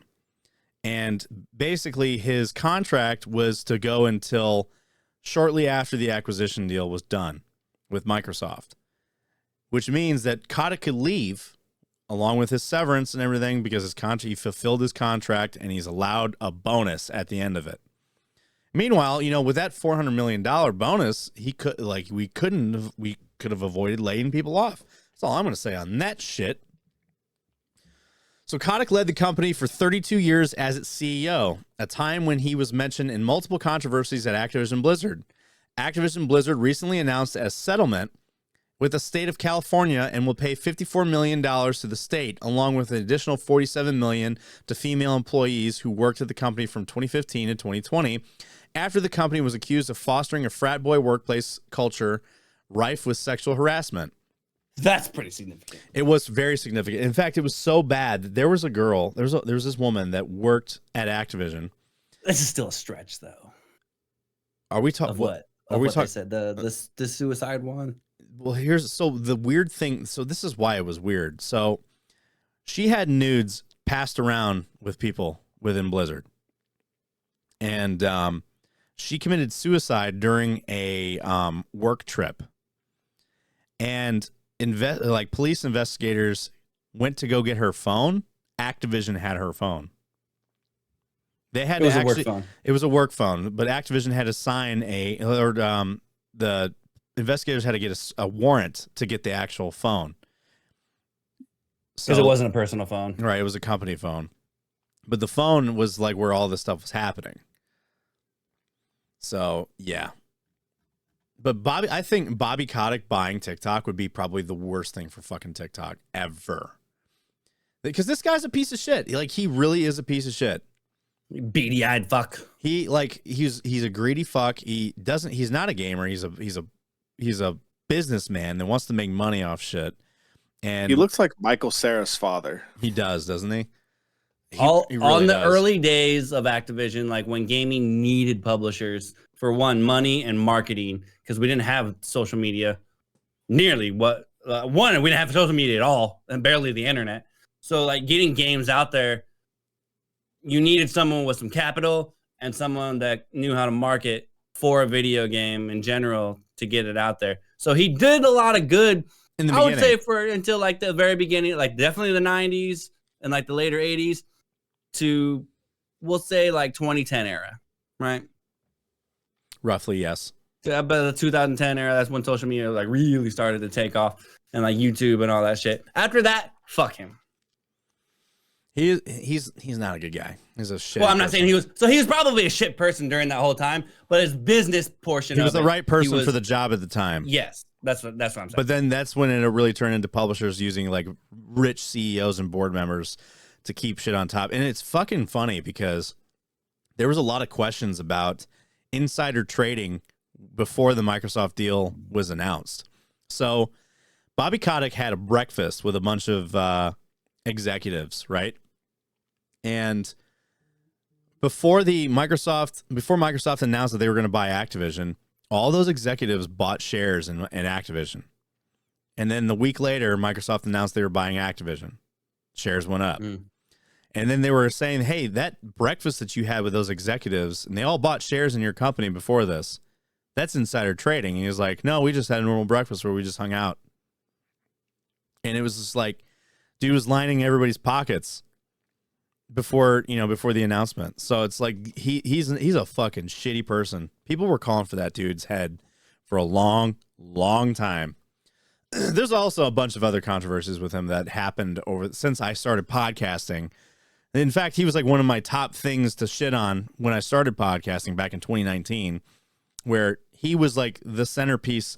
There was like literally like This Week in Activision was like a segment for a long time. because of all the Don't bullshit you he wish was you doing. could shit on him right now? I wish I could shit on him right now. I was even saying, like, the only way that guy's gonna leave his office is people like go into his office, drag him to the streets, and fucking whip him. I hate the rich elite fucks. I really do. Dude, I want to be rich. I don't hate give the a fuck about greedy being rich elite. fucks. You know, I hate I the greedy don't want elite. to place myself above anybody. I just want to fucking make good money and like I want my friends to eat at the table with me. You know, I'm the I same want way. to be rich like Adam Sandler. Where you can't tell that he's rich. Yes, but he has a lot of very nice things, and he also all of his fucking movies and everything. He has the same people, all of his friends. Did you see that there was Just letting all his friends eat. there was honestly, everyone's saying this is the world's first ethical billionaire.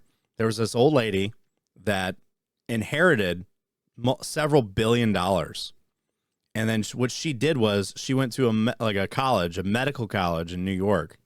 yeah, And paid for everyone's tuition forever. Like, she said, I'm proud to announce that from now on, no tuition. I'm paying it all. That med school is free. Med school's free. Yeah. I was talking to my sister about like how cool would it be if one of the kids decided they wanted to go the MD route and like send them there. I wonder how long that could be sustained for, though. That's my only thing, because that's a lot of money. But if a lot of people start going for it, it'll probably dry up quick. It's billions of dollars, Bubba. I mean, like we spend the U.S. spends billions of dollars like every fucking 2 months. Yeah, but like someone's tuition doesn't cost a Tomahawk cruise missile. That's true. Yeah, it's like it's speaking of fucking guided weapons. So I found out one of the things that we use for databases was created for the sole purpose of creating databases for guided missiles to create guided missiles. So like we have a thing called SQLite, right? SQLite, which is for... Are we allowed to talk about this? Yeah. It's so SQLite is basically created for temporary databases. So like your phone, where it's data that doesn't need to be it's not crucial data that needs to be stored. It's dumpable data, expendable data. That's the term. It was created for the reason of guided missile systems to give targeting data to a missile system that is expendable, because it's like a one-time use. It's going to get dumped as soon as it's expended. So a database system that we use for our phones and shit was originally created for guided missiles. Kind of crazy to think of that. Yeah, I mean, it makes sense. There's software in our phone, like even for the earlier phones, like Nokia, those chips in the Nokia phones and shit, like they were developed on the back end of missile fucking guidance chips and shit too. I know. Most of our like modern technology is like some form of military tech. Yeah. Did you guys know that like your processors are it's a sheet of fucking processors, and they get like cut and manufactured, and then they get tested for performance, and that's what identifies them as like a 9900K or a 13, like whatever the fuck it is. So it's not that they're specifically making that level of performance. It's more so that they make a sheet of it, and then they make a bunch of them, and then they just test them, and whichever ones are performing at that level, that gets labeled that. It's kind of crazy. It's like it's kind of like a I hope this goes well type of moment. Pretty much. That's an accident to get a good performing chip. And it's actually kind of fascinating, like getting into the tech industry, how different of a world it is. And I say that because, so during this conference, I met one of the executives of IBM. He was the CTO of IBM. And this guy, he's been with IBM for like 30 something years. And the dude is a total nerd.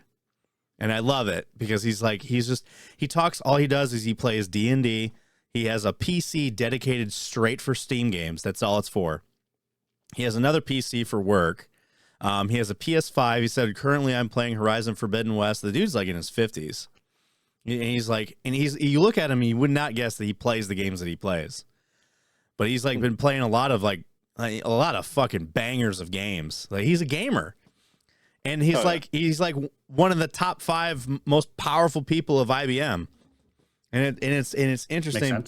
And it was weird for me because we were doing a meet and greet with him on a Q&A, like just our graduating class.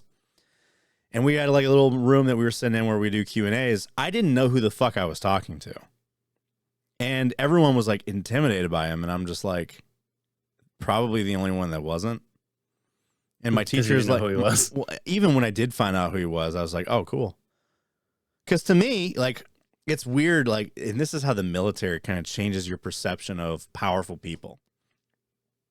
When we are meeting with the fucking Secretary of the Army or the Sergeant Major of the Army, that's like, that's our version of how they're feeling of him. And then when we get into the civilian world and we meet what is basically the Sergeant Major of the Army, but in the tech industry, we don't see it the same way. Because to us, it's just like, I don't know. I don't know. It was a thing that I was observing on Thursday when I was there. I was just like, everyone is so intimidated by this guy and afraid to ask him questions. Yet he is just like this. He's just a gamer dude that just is smart. And he ain't a fucking killer. Like, you know? And like, I'm just used to being like around guys that are just fucking, hey, hard charging, successful guys that I'm like, you know, I respect them. Like, for example, if we ever do an episode with Rocco, I'm probably going to feel that way about Rocco until I start talking to him. But like, it's like the version of that, but in the tech industry, it's just like, oh, that's really cool that you did that. You know, like, let me pick your brain a little bit. I feel more comfortable picking that brain because I'm not intimidated by them. But seeing all these other guys intimidated by that person was just it was just a fascinating observation that I made. Guys, we got 4 more topics, and I got an IW game night tonight. What time? I need to stay on track. Fine. Wow, look at you keeping us on track. All right, next topic. Which doesn't happen. Usually does not happen. The Meta VR headset. So inception attacks on Meta VR headsets can trap users in fake VR environments, researchers have found. So researchers have exposed a potentially major security vulnerability with Meta's virtual reality headsets, according to a new study. Which this concerns me because I have a Meta Quest 3. A team of researchers from the University of Chicago said that they figured out a way to hack into Meta Quest headsets without the user knowing, allowing them to control the user's VR environment, steal information, and even manipulate interactions between users. Yet Meta doesn't ever get questioned by the government. Researchers called the strategy an inception attack, which they define as an attack where the attacker controls and manipulates the user's interaction with the VR environment by trapping users inside a single malicious VR application that masquerades as a full VR system. The study comes as Meta CEO Mark Zuckerberg continues to dump on the Apple Vision Pro as his top competitor in the space. Last week, Zuckerberg said Apple's VR headset is worse in most ways. The study, which was first reported by the MIT Technology Review, has not yet been peer-reviewed. In order to carry out the attack, the hackers had to be connected to the same Wi-Fi networks as the Quest user. According to the study, the headset also had to be in developer mode, which researchers said many Quest users keep enabled in order to keep third-party apps, adjust resolution, and take screenshots. You don't need that for screenshots. Regardless, but to get like third-party apps and stuff like I understand that. From there, the researchers were able to plant malware into the headset, allowing them to install a phony home screen that looked identical to the user's original screen. But that could be controlled by the users. A duplicate home... So it said they had to be on the same Wi-Fi network. That seems like it wouldn't happen very often. Oh, I think so. They're in a public place using this. Probably, yes. So like an airport or something. Yes. Who the fuck is going to use a Meta Quest headset in an airport, though? I mean, Apple Vision Pro, kid probably. Whose parents are babysitting him with a Meta Quest. Yes. Probably. So that duplicate home screen is essentially a simulation within a simulation. While we're all living in a simulation. While the users think that they're interacting normally with different VR applications, they are in fact interacting within a simulated world where everything they see and hear has been intercepted, relayed, and possibly altered by the attacker, the researchers wrote in the study. Researchers created clone versions of the MetaQuest browser and VR chat app. Once the replica browser app was running, the researchers were able to spy on the users as they logged on to sensitive accounts like their bank or email. Let me tell you something, guys. If you're logging into your bank and email, I mean, email is one thing, but if you're logging into your bank info on a VR headset, you need to go outside. You need to go outside.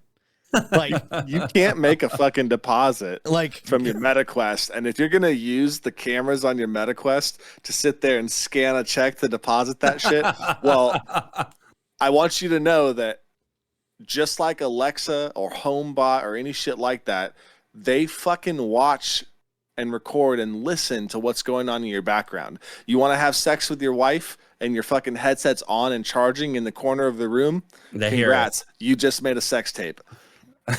Yeah. If you'd actually read the terms and conditions that you agree to and say that you've read every time, it's fucking there. And you need to monetize that shit.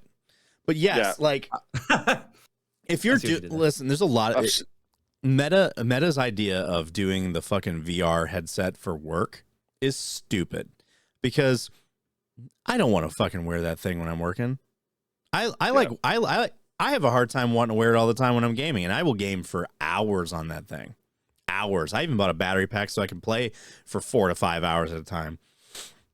But like, if you are doing your day-to-day life shit on your headset, you need to you gotta fucking go outside.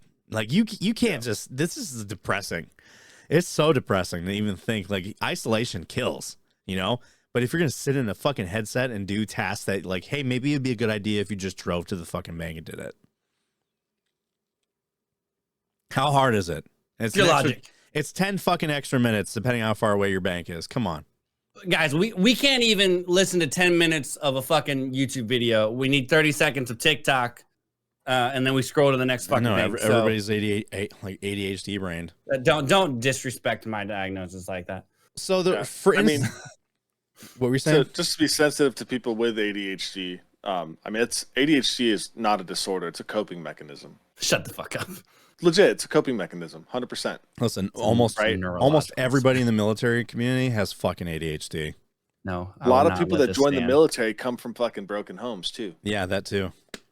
Right, and so when you grow up in an environment that's broken, you try to tune it out so you don't pay attention, so you distract yourself. And then they call it ADHD. And then the chaos, legitimate neurological disorder, guys. I'm not getting into this with you. And the chaos of being in the military. The studies are changing, dude. That's like saying that milk is good for you. It's like saying that milk is good for you. It's fucking not. Hey, don't we've found that those studies were done. It's like a pharmacological study. The study was done by the person that owned it. I rebuke the milk statement. I love milk. I'm in the dairy state. Come on. You're a disgusting individual. You love milk, and that's fine, but it's not good for you. I refuse to believe that. It's highly acidic. Expecting a gay joke there, and you missed it. Hang on. I'm very disappointed. Hang on. I typically like to get the less processed milk. Yeah. I thought you were gonna say you like to get milked. I've had milk straight from the cow. Yeah. Don't do it though. It's not good. It was utterly disgusting. No, it was actually delicious. I hate every part of this conversation right now. It was delicious, but it's also like because it's been unprocessed, that there's a lot of like bacteria that you don't want in your body. Guys, we still got part of this article. Oh shit! The got milk generation still has fucking bone disease. Yeah. What happened to strong bones? My bones have been great. So for instance, studies were done by the milk corporations. So for instance, the researchers described a situation where a user transferring money. While the user tries to transfer $1 to someone, the attacker is able to change the amount to $5 on the back end. Meanwhile, it still appears as $1 to the user, including the confirmation screen. So the user is unaware. The user is unaware of what's happened. To test the inception attack process with real people, researchers had 27 study participants interact with VR headsets while they carried out the attack. The study said that only a third of the users even noticed the glitch when their session was hijacked, and all but one user chalked it up to normal performance issues. Meta did not immediately respond to requests for comment. Of course they didn't. They said, "We constantly work on academic research as part of our other bug bounty program and other initiatives, blah, blah, blah, blah."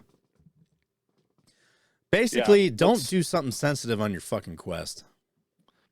Or connect to a public Wi-Fi. That too. I don't know if you know about that, but there's hundreds of millions of dollars in bug hunting, and like 0-day fucking, like if you can find a way to hack into an iPhone, right? And like compromise someone's privacy and information, Apple will fucking pay you for that knowledge so that they can further build on the systems to keep it from happening. So last week, we actually talked about a story that was like that, like this hacker group that stole millions upon millions of dollars of user information. Allegedly, from Epic. They stole from Epic. Yeah, and they were like, seems fishy. We don't think you have the info. Well, because they only asked for 15 grand. Yeah, and it was like, so we were like, and they said that, and initially they were like, we're not trying to do this maliciously. We're trying to let you know that there's an issue here. However, we also want to be compensated for our work. So we were like, oh, do they really have it? Do they not really have it?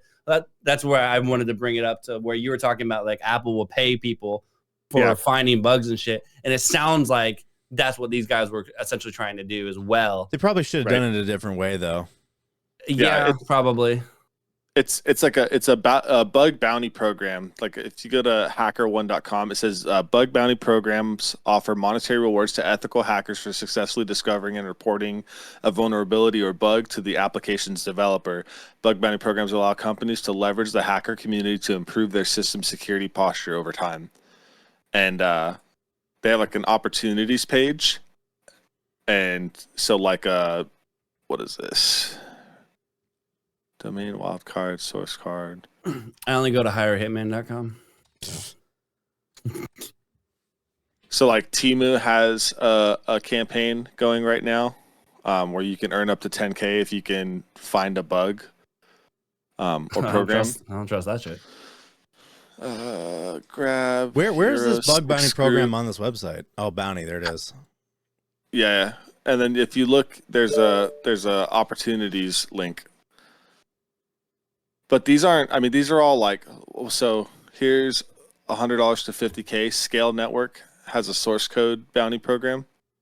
See if you can find a bug or whatever with their source code. REI's got something going on. But this is like small fish shit, man. There's some that are worth like $10 million. Shit, I might as well learn to be a hacker and fucking jump into the bug bounty program, dude. Visa's got one for 3K. Visa for only 3K? Damn. Yeah. That's why it pays more to be a hacker. It probably does. Speaking of, because the dark web will pay you more. So keeping on track and speaking of VR, the Army will field mixed reality headsets to combat units this year. And that's never the fucking Marine Corps. It's always the goddamn Army. Because the Army or the Marine Corps gets our fucking leftovers, homie. Yeah, I know. So it says the Army plans to field around 3,000 of the service's digital headsets to close combat forces this year for testing, and I guarantee you, all of it's going to go to the 101st. Guarantee it. They always get to test the shit. You mean the non-airborne guys? Yeah, the non-airborne unit. So for testing for evaluation with the infantry soldiers, hoping soldiers will like them better than the previous version. Soldiers said a 2022 version of the mixed reality headset gave them strain their necks and made them shoot worse. So the integrated visual augmentation systems, or IVAS, aims to increase soldiers' battle. Terrible. IVAS? I feel like they could have done better. Whatever. Aims to increase soldiers' battlefield awareness, improve sensing, rapid decision-making, target acquisition, and engagement in a single platform, according to the Army's Program Executive Office Soldier. The Army, which released its fiscal year 2025 budget request Monday, is asking Congress for $256 million to buy their integrated visual augmentation system, yet they can't pay bonuses, and $98 million for its research and development. The Army's plan to field 3,162 systems for initial operation, test, and evaluation to combat units this year. That's where the bonuses went. The next generation IVAS still needs to go through a lot of testing before the Army has a combat-capable version. Army Undersecretary Gabe Camarillo said Friday in a briefing with reporters ahead of the budget release. The funding amount of the Army's request is based on our hope for success there, he added. The fiscal year 2025 investment was tied to IVAS 1.2, latest variant of other headsets, which will include a new form factor to address human systems integration, including physiological impacts identified during testing, and a lower profile heads-up display, which with distributed counterweight for improved user interface and comfort, according to the Army release. Now, the motion sickness thing is interesting because augmented reality is not like VR, where you see your environment. So you feel what you see is what you feel. So the motion sickness thing isn't really prevalent with that. And I noticed that with the MetaQuest 3 because it has the augmented reality shit or the mixed reality. So it is interesting because but the problem is the cameras, and I'm assuming the cameras on this system are like way better than the MetaQuest.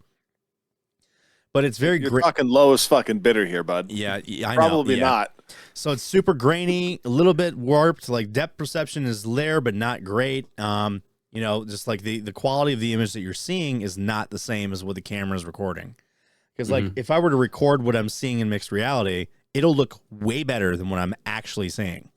But it is good enough to actually see your environment. For that Land Warrior system that we talked about earlier, that monocle was like right up on his eyes, didn't have any peripheral. Yeah. Judging by the photo that they used in this article, it looks like that screen sits off their face, so they still have peripheral vision. Yeah, so that's awesome. It looks like glasses, like in a way, like kind of like the Apple Vision Pro. Yeah, it looks like you can see through it. My question is that lens Z87 Plus? Z87 Plus.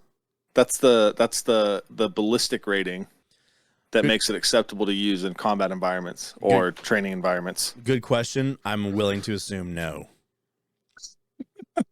I'm willing so to I assume have I have a no. pair of Nreal glasses, though, like they're really expensive augmented reality glasses that you can use for like gaming. You can put it into your phone, and it basically makes like a computer screen like in front of you, but you can still see through it. Like they're phenomenal, and they're just regular glasses. They got some more like top stuff on it, so it makes them look a little weird. But they're legit. Like it's fucking insane when I use them, and it looks just similar to this. Like it looks like regular glasses that you can see your whole environment in. I honestly think that we're eventually gonna get to the point where, like, you've seen the movie Free Guy, where he puts on those glasses and he sees all the extra like game stuff for you to be able to do and everything. This actually will kind of get into what you will see. So the first iteration of the IVAS was subjected to an operation demonstration in 2022 to support a production of and rapid fielding decision of its weapon systems. The demo found that the IVAS actually made soldiers less lethal, causing physical impairments to soldiers like disorientation, dizziness, eye strain, headaches, motion sickness, and nausea, neck strain, and tunnel vision. Non-service connected. Soldiers hit fewer targets and engaged targets more slowly with IVAS 1.0 than their current equipment on the Buddy Team live fire range, according to the assessment. So the Army 2025 request also includes approximately $100 million for enhanced night vision goggle binoculars, which Task Purpose tried out in May 2021. The binoculars are right out of an RPG video game with a compass on the upper part of the screen to show user where they're heading, and a ring at the bottom that displays where the enemy teammates are in relation to you. The Android Tactical Assault Kit, the ATAC, uses augmented reality to overlay map graphics and Blue Force tracking capabilities. Now that's pretty legit. That's fucking awesome. It's like a video game HUD, essentially. Yeah. Yeah. If you could utilize Blue Force tracker and unit positions and augmented reality on that to be able to look across the battlefield and into a tree line, you can see augmented Blue Force tracker input that there's a friendly tank there, or that basically another unit or forward observer who's maybe in a hide or something has spotted enemy. Yeah, I think it could definitely help with that. This is something that I would see maybe a platoon leader using, not having it implemented across the fire team level or platoon level, but having a platoon leader who has the option to be able to flip this down real quick, get real time input, and I would even go as far as to say is like, if you could somehow incorporate that with like the Q from the javelin. Oh yeah. And be able to, give like someone using a javelin to be able to give them input real time on targeting data, like that'd be pretty sick. That would be awesome. It literally makes me think of like a HUD during first person shooter games. Like you've got your little map up here. Essentially, that's the inspiration. Like is a HUD system from like a shooter game. You know, what if like what you see in a video game that makes, you know, the user interface, the user experience that helps you with tracking friendlies and all that shit. What if you can implement that in real life? You have your compass at the top. You know how fast a fire mission could be if you could see like your azimuth right there. Mm-hmm. Hell yeah! Not only that, but then the fucking shit you're wearing can tell you the distance or even show you a grid, like the Iron Man HUD or whatever. Now, the other hand of this is that it's technology, and we all know one thing in the military is technology will fail. Not maybe fail, it will fail. Yeah. So like, I worry, and I said this to my old commander once. I was like, we relied too heavily on the AFATADs for doing our training operations, and these computer systems that just were not working, and it caused us to not get any missions done. It was sending the wrong data. It was always down. We were spending too much time trying to get it spun back up. Meanwhile, we could have been up there just doing what we normally do and using the fucking radio to call in our missions and just use the tools that we already have been using. But they wanted us to use these computer systems so much that we weren't allowed to use anything else. And I'm like, but you're losing the training value, because at the end of the day, technology will fail. It's not a matter of if it will fail. It's a matter of when it will fail. And batteries fucking die. Yeah, batteries fucking die. People forget to charge them. Yeah, and waterproof isn't always fucking waterproof, you know? And especially with the way we treat gear. We fucking throw shit all the time. Like, I watch people throw their fucking kits down and crack fucking plates. Yeah. And not know that they cracked plates. Yeah, I think that's why if you look back at basic trainings and shit, you're learning by the numbers. You're learning you're not doing all the special shit. Like, you're learning how to be a soldier first and foremost, or a Marine. And then you get into the specifics of fighting and implementation of like your job, those skills. And then like when you get to your unit, that's when you get the cool shit. And I think that every unit. That's some army shit right there. What cool shit you talking about? Yeah. Sorry that you haven't got our cool shit yet. No. So yeah, no, I mean, I think that as long as we stick to that and teach these kids that are enlisting how to fucking do their job without relying on this stuff, you know, you'll definitely reap the benefits of it later when shit fails in combat. The thing that also concerns me with this whole system that we were just talking about is that, okay, cool. What if they do improve it to make it to where it is more usable, more user-friendly, and it is more accurate to use?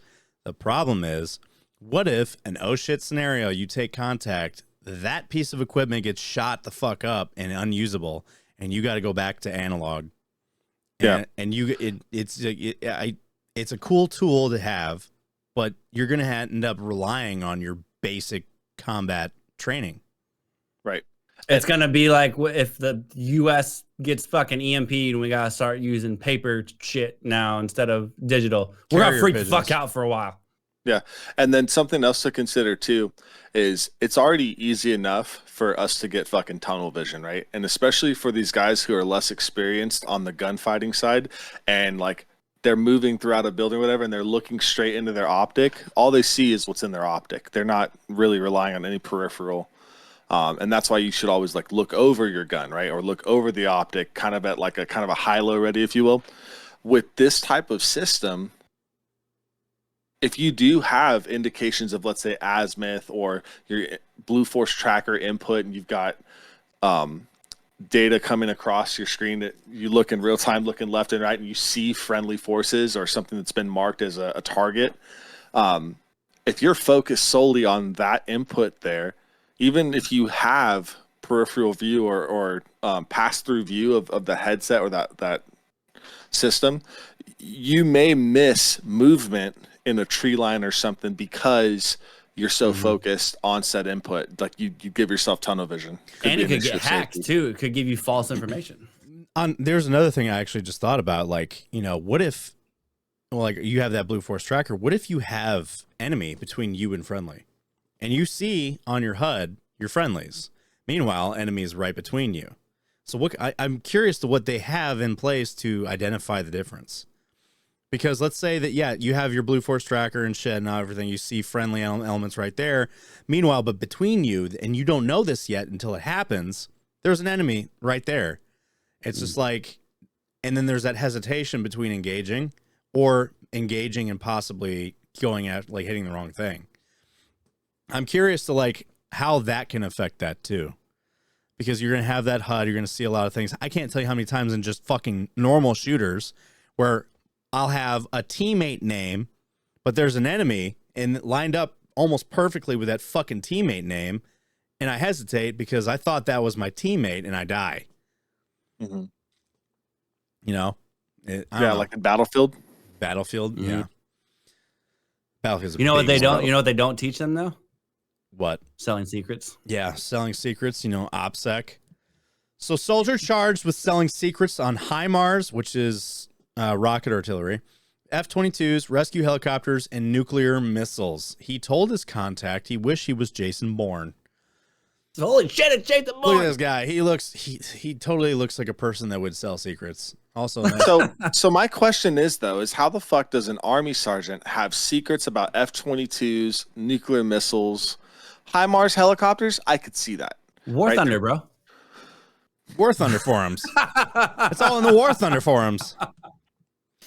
Well, let's see what his job was, for starters. Army intelligence analyst told the contact that that's what he was. He was intel.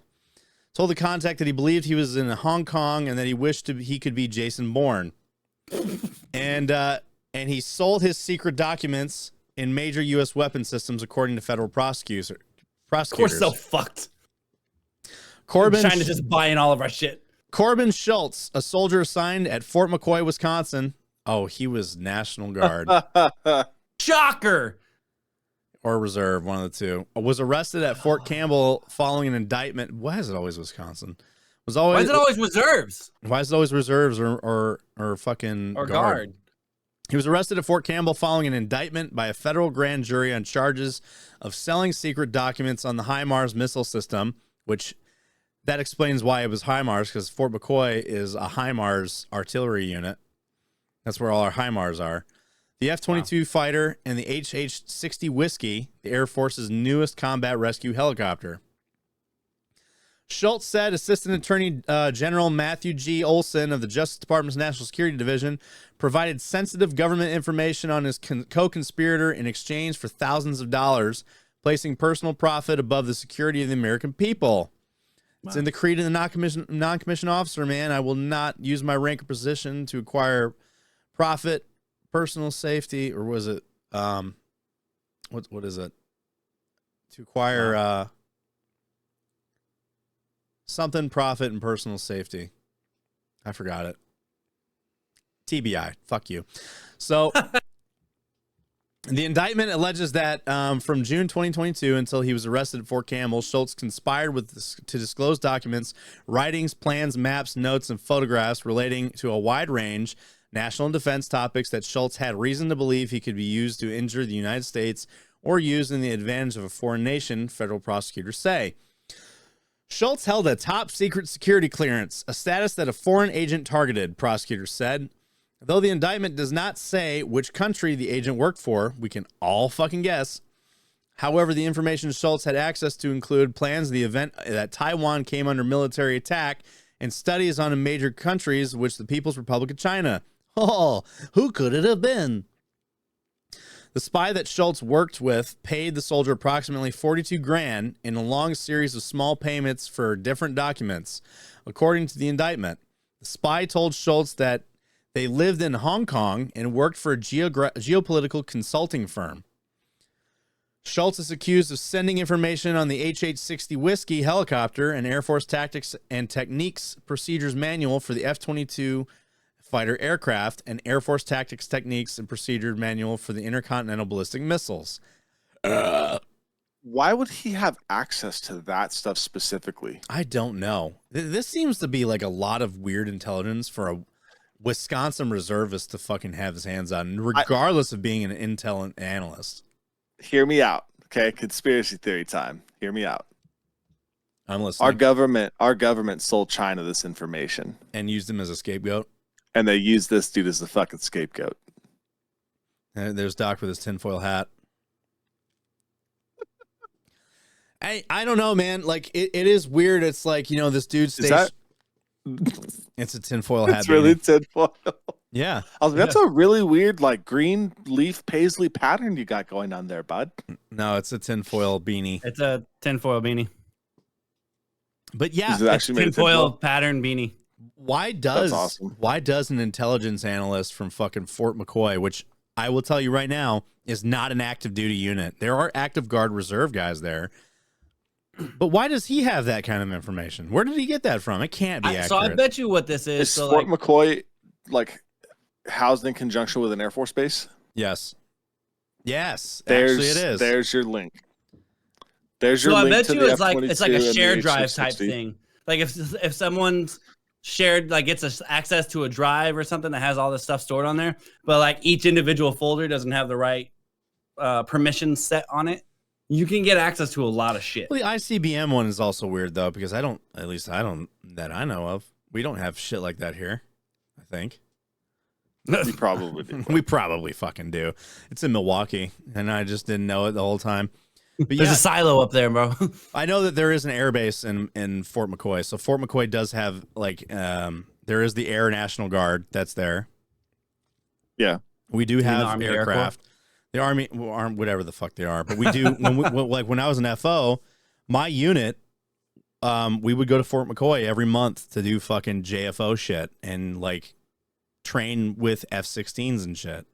So the Air Force does have some shit there, and I every time I'm near it, all the time I see F-16s flying all the fucking time.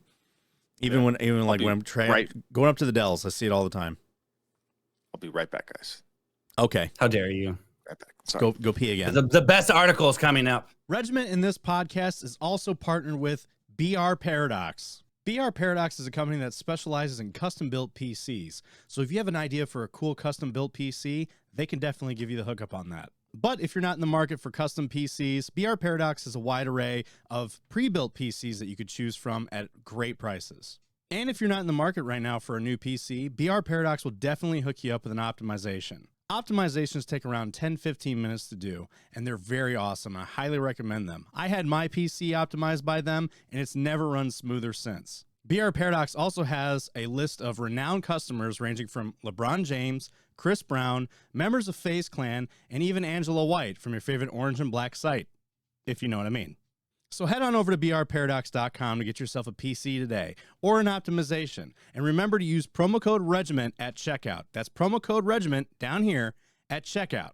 All right, guys, we're back to the party here. We got one more topic, and then we'll kind of leave you off with that. So what's the difference between a field stripping an MRE and rat fucking it? Because there is a difference. So much.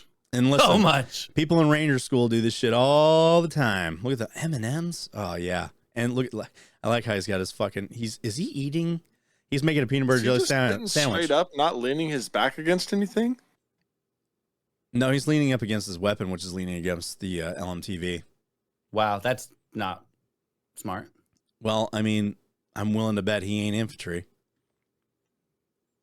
But yeah, he's got his fucking pogue. He's got the new mask. He's got the new fucking NBC masks. So did that gallon of Kool-Aid come in the MRE? The drink mix probably. Oh did. Wow, good observation. The drink mix probably did, yeah. Those drink mixes suck. Hey, I'm so bad. I'm jealous though. I'm jealous. I would fucking love to have had that shit out in the field. They taste like shit. I wish I could try the pizza one. We didn't get to drink shit like that. Instead, we'd get cases and cases of the fucking little boxes of milk.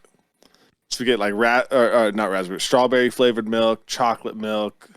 Are you talking about the milkshakes? And then milk, little cartons of milk, and 16 of them equaled a gallon. And we do the gallon milk challenge. So you had to drink 16 of those in under an hour. And everyone would always puke. Everybody. Well, yeah. Yeah. And it was fucking projectile, dude. Looking like someone's fucking circumcised a cow's udder. Just... Ugh. All right. So the U.S. military has always had menu options, although no one expects a 5-star buffet. You don't say. Have you ever noticed there was a controversy? Speaking of M&M, sorry. I think they had found once that a lot of the winning prizes of like contests and stuff were in MREs. So like people would get these MREs because their shelf life is fucking atrocious. They would never get opened. Yeah, so the like people would be like, "Oh, I won 10 years ago." So when they open like their the winner pack, was yeah. That's pretty funny. So the U.S. military has always had menu options, although no one expects a 5-star buffet. But when your leadership tells you to cut those ties and bust open a meal ready to eat after a long day in the field, you can expect that you are now entering the Hunger Games. Let the games begin. MREs draws out a range of emotions. Some kids grew up playing soldier and gnawing on the MREs, and their uncles acquired and shared with kids. That's a terrible uncle. I know. Well, I mean, I would be that uncle. Like, y'all ever had a veggie omelet MRE? I got a chicken Vegeta. Hell yeah. MRE up in my room. Others know MREs coming out means they aren't returning to the fob anytime soon. So love them. Some love them. Others hate them. It's one of the various items in the military that's inanimate but can invoke strong emotions. Wait, I love the editor note here. We usually try to minimize cussing in any story published on Task and Purpose. This is not one of those stories. You have been warned. You've been warned. So it's one of those various items in the military that's inanimate but can invoke strong emotions. But nothing brings people to fisticuffs faster than a very hungry warfighter discovering their MRE was rat fucked before they received it. That's so true. Ranger School is a very, very big place where this happens. Kyle Gunn, Task and Purpose's social media wizard and Marine veteran, says the realization of a rat-fucked MRE has stayed with him to this day. If you weren't there soon enough, you got stuck with all the bullshit veggie stuff like the veggie omelet. So when you get but they don't make anymore. They're still floating around, I guarantee it. So when you get stuck with that, it's always the worst feeling because the one thing you look forward to is food, right? Because you're not really getting mail. There's no time off, so you just start enjoying your meals. And when you get a rat fucked box of MREs, it's the worst shit left. That's a bad feeling. Facts. And an individual rat fucked MRE. Oh yes. So Ranger School is very guilty for this one. What was your favorite MRE? Beef and black beans, not for the main course, but because of the shit that was in it. So I like the beef stew. I thought that my favorite was the chili mac. Everyone says the chili mac. I personally was not a fan of it. I like the ravioli. No. The ravioli was my favorite. As far as I liked it because it came with the green Tabasco. Oh, I dumped that whole fucking thing in there. See, green Tabasco has avocado in it. I'm allergic to avocado, so I couldn't eat it. Fuck. Yeah, that's why I can't have guacamole. And I love avocado and guacamole, and I can't eat it. But so chocolate peanut butter or jalapeno cheese spread?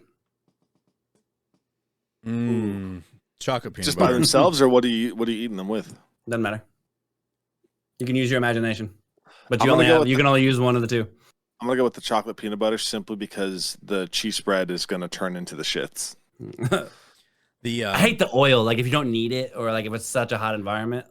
There was one MRE that I had that I only have ever seen once, but it was really good, and I just happened to find it. It was like the golden ticket because it was a chicken breast. And you would think that a chicken breast MRE would probably be shit, right? But it wasn't. It was actually good. My fire sport officer, my physio, was like, "Oh, you got the fucking chicken breast?" He's like, "Dude, in Ranger School, you put mayonnaise and peanuts in that thing, and you just kind of mulch it up. Because like in Ranger School, you learn to make like really good shit out of your MREs." Like you're in prison, making a spread. So like he's like, you put the mayonnaise packet and the peanuts in it, and then you mix it up, and he's like, "Dude, it's good. You got to try it." So I did, and I was like, "Dude, that might have been the best MRE I've ever had." And I've never found it again. Never again. You start becoming a fucking field chef. But yes, the individual rat fucked MREs were always the worst to find because all the good shit was fucking gone. I heard about a time like my LT said that in Ranger School someone did that And this guy is like a strong Christian, soft guy who just kind of was like, he's like, listen, I'm not a violent person, but if I ever met that guy, I'd beat the fuck out of him, because we were all starving and we went to go get our MREs and all of them had been rat fucked and individually rat fucked. So whoever went in was stealing food out of MREs and taking what he wanted out of each one. Mm-hmm. You know, Ranger School, dude, that is a leadership course. Yeah. We've been And through this. I'm sorry, but like, talking about leadership? Yeah. Well, the course is like the Ranger tab versus scroll and shit. It's a leadership course, right? If you do that, if you go in and fucking rat fuck all the MREs before anyone else can get to them, that is the most selfish fucking thing, man. And Absolutely. like, you are not a good leader, bro. And honestly, if it was up to me, I don't give a fuck how it affected your career. I would drop you from school. I would recycle your ass. Yeah, they never found out who did it, though. Learn. They like, actually considered doing that, but they couldn't figure out who it was, so they punished everybody. Mass punishment. But old mass they punishment. didn't drop everybody. They just made everyone suffer for it. That was the other thing that pissed them off, was just like, not only did this guy steal our food, we all got punished for it because he never came forward. Good old mass fucking punishment. So, field stripping in MRE. Field stripping in MRE is generally good practice that allows service members to pack as much into their ruck as they can. An MRE fresh out of the box is a large, thick plastic pouch packed with necessary items, but some unneeded creature comforts as well. A complete MRE, like the fucking warmer and shit. Yeah, I mean, I like the warmers. I kept them. Yeah, but you don't need them. I did. A complete MRE, dude. In the cold, good hand. They're great hand warmers. Well, you want to know what I did with mine? Did you make MRE bombs?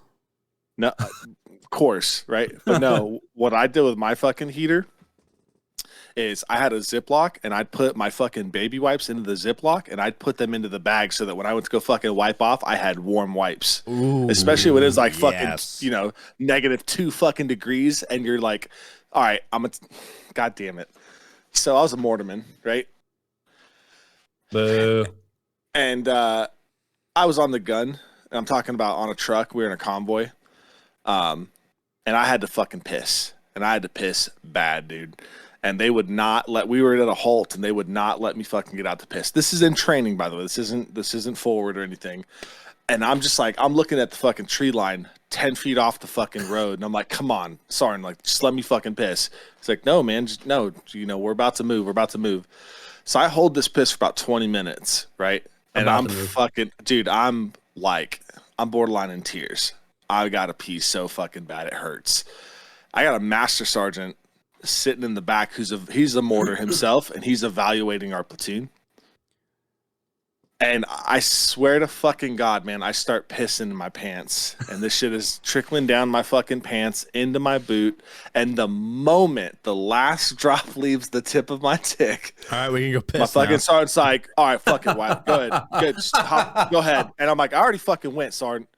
And he goes, what? I'm like, I just fucking pissed my pants. And everyone's fucking laughing, dude. Instantly keyed up on the radio, like, he just pissed his pants. Like, of course, everyone's going to tell everybody. So we get there, right? We finish our fucking movement, our push to the AO that we were training in for a couple weeks at about 3 in the morning. It's like -5 degrees out. It's fucking bad. Like it hurts to just be out in the fucking open. And your pants are wet.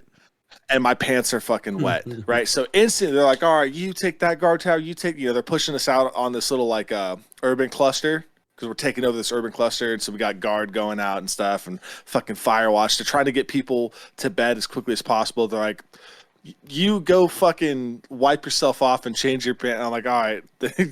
So I'm in this Connex box, again, -5 degrees. It's pitch fucking black, and I'm giving myself a baby shower bath, like a baby white bath, and it's fucking freezing. So from that moment on, I'd fucking warm up baby wipes with an MRE heater. Dude, that is genius, because it's like, yeah, when you're in a cold environment and you want to just do a quick wipe down of the hot spots, and it's just this nice warm touch to you, and you're like, oh my God. You know the best baby wipes that I would use? I would use the female vagina wipes because they were thicker and they smelled amazing. You know, I kind of wanted to start my own brand and call them like Rim Licks. Odin. Rim Licks? I mean, they already have dude wipes. Yeah. But they rip easily, and those are because they're quote unquote flushable. Yeah. But like the vagina wipes were like braided nylon almost, and they smelled amazing. And so like you could like get in there, and it wouldn't rip. Oh, they're so nice. They came. You had to buy more of them because they're usually smaller packs, but so worth it. Sometimes in a pinch, I still do a baby wipe shower. It was like summer's breeze or summer's eve, some shit like that. Oh man, I vividly remember that shit. It was like the best smell when you're just smelling like ass in the field, and like to the point where you don't even notice that you're smelling ass all the time, and then you use one of those baby wipes, and now you smell everybody. Glorious. So, like a wedding, you said? No, they're smelling everybody. You're smelling everybody. Oh. Okay, so a complete MRE is 16.18 inches by 10.31 inches by 9.8 inches. Hey, me too. Each one weighs approximately 2 pounds. Trying to pack a whole MRE into a rucksack is a waste of space, even more so if you have to take multiple MREs. So I field stripped all my MREs. Hey, I think I'm hearing an echo. Yo, hold up real quick. Are you? This dude's his last name is Gunn. Yeah. Kyle Gunn. I'm gay, but can this dude save some pussy for the rest of us? Jesus. What a fucking name, man. This dude's a stud. Of course, he's a Marine too. So they took up so much space, and if you're packing them individually, there's never enough room for MREs. So you would have to field strip them, or you just say fuck it and bring a bunch like dried fruit and beef jerky and just eat that. That's true. Yo, what if he was a master guns? Maybe he was in the army. No, it's just Marine Corps. Maybe he was a master guns. Yeah. Gunnery Sergeant Guns. Him. So Wayne Capicillo served with the 75th Ranger Regiment for 4 years, completing 4 deployments as well as completing Ranger School. He spent plenty of time in the field and mastered the art of field stripping an MRE. It's making everything organized and quick access, so when you're in a patrol base you have 15 minutes to fucking eat, you're not fucking around with a stupid bag that's impossible to fucking open and end up slicing your fucking hand open and bullshit like that. Or you can just reach in your bag and shove food in your mouth. Big facts, man. And my field strip didn't look like... Well, yeah, it did, actually. He's got it taped up right here. So, Gunn echoed the frustration of the difficult to open packages. True to his Marine nature, he once used the K-bar knife to open his MRE and connected with his left index finger, leaving a scar over his knuckle that he still has as a reminder. Field stripping is an art form. It's something veterans can forget about once they are out of the military. No, you don't. You don't forget that. But not Capicillo. He is an avid ultra marathon runner who has completed 100-mile races in austere terrain. From emptying electrolyte mixes into dime bags to preparing Ziploc mini meals ready to rock, Capicillo's lessons learned in the military have translated into civilian life.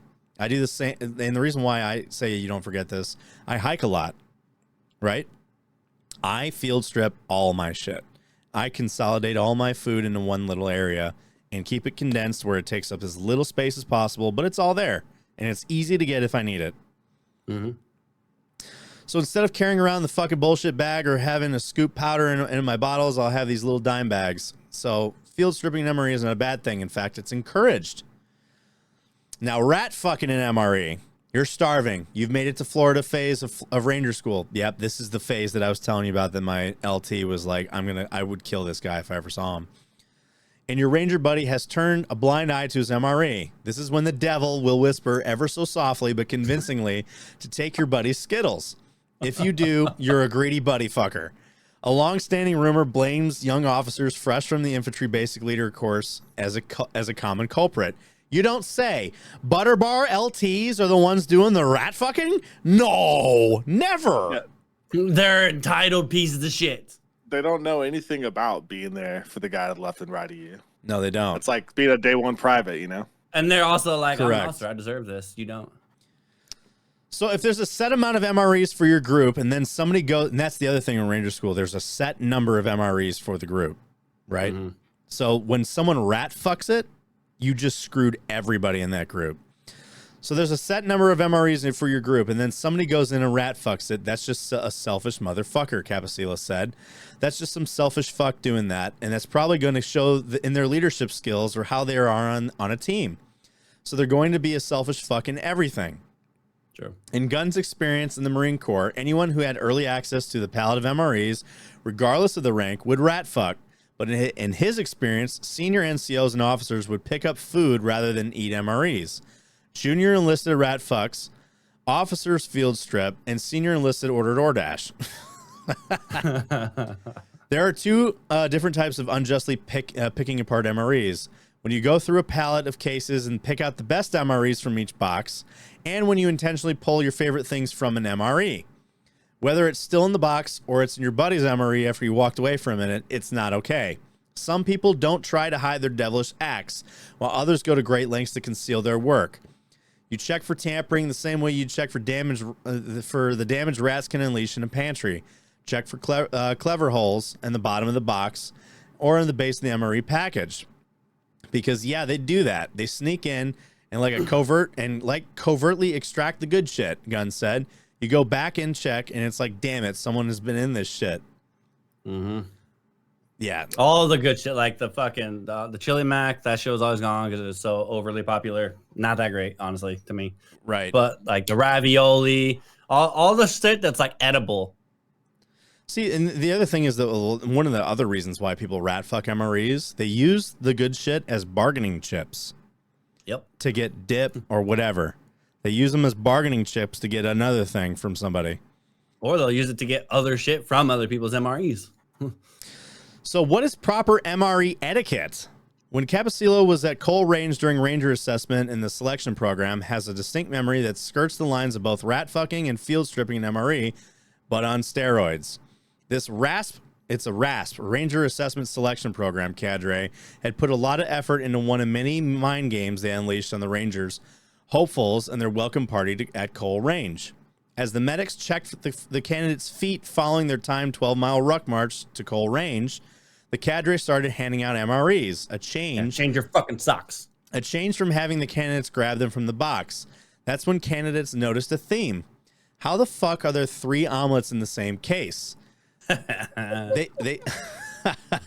They saved up for 3 or 4 fucking classes, every single omelet MRE, then brought the whole box to our Cole Range class, Capicillo said.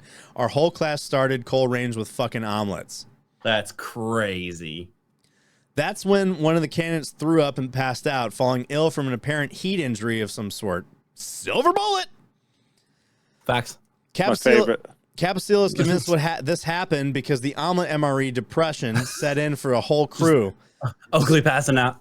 So lesson 1 is you want to weed out the mentally weak soldiers, throw a bunch of omelet MREs at them. But if you want to be well liked in your peer group, show some etiquette when going through the MRE box. Field stripping and rat fucking MREs go back to the early days of C-Rats, a predecessor of MRE. But when should you and when should you not do it? Proper field stripping boiled down to basics. It's just eliminating excess trash or items you don't want. For Capicillo, he didn't get rid of anything but the trash. While Gunn would throw away any type of milkshake powder anytime. There's nothing wrong with field stripping your MRE. It just makes tactical sense to optimize your pack. So yeah. You know what I miss? I miss the Jimmy Deans, dude. Like the Jimmy Dean packs you could get. Those were a thing? Yeah.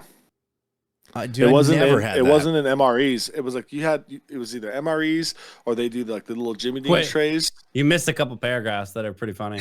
Fine. Or hot rats, but yeah. Hot rats are just large scale MREs. Pretty much. So the shrimp scampi was so fucking good, but I swear to God, dude, everyone's farts.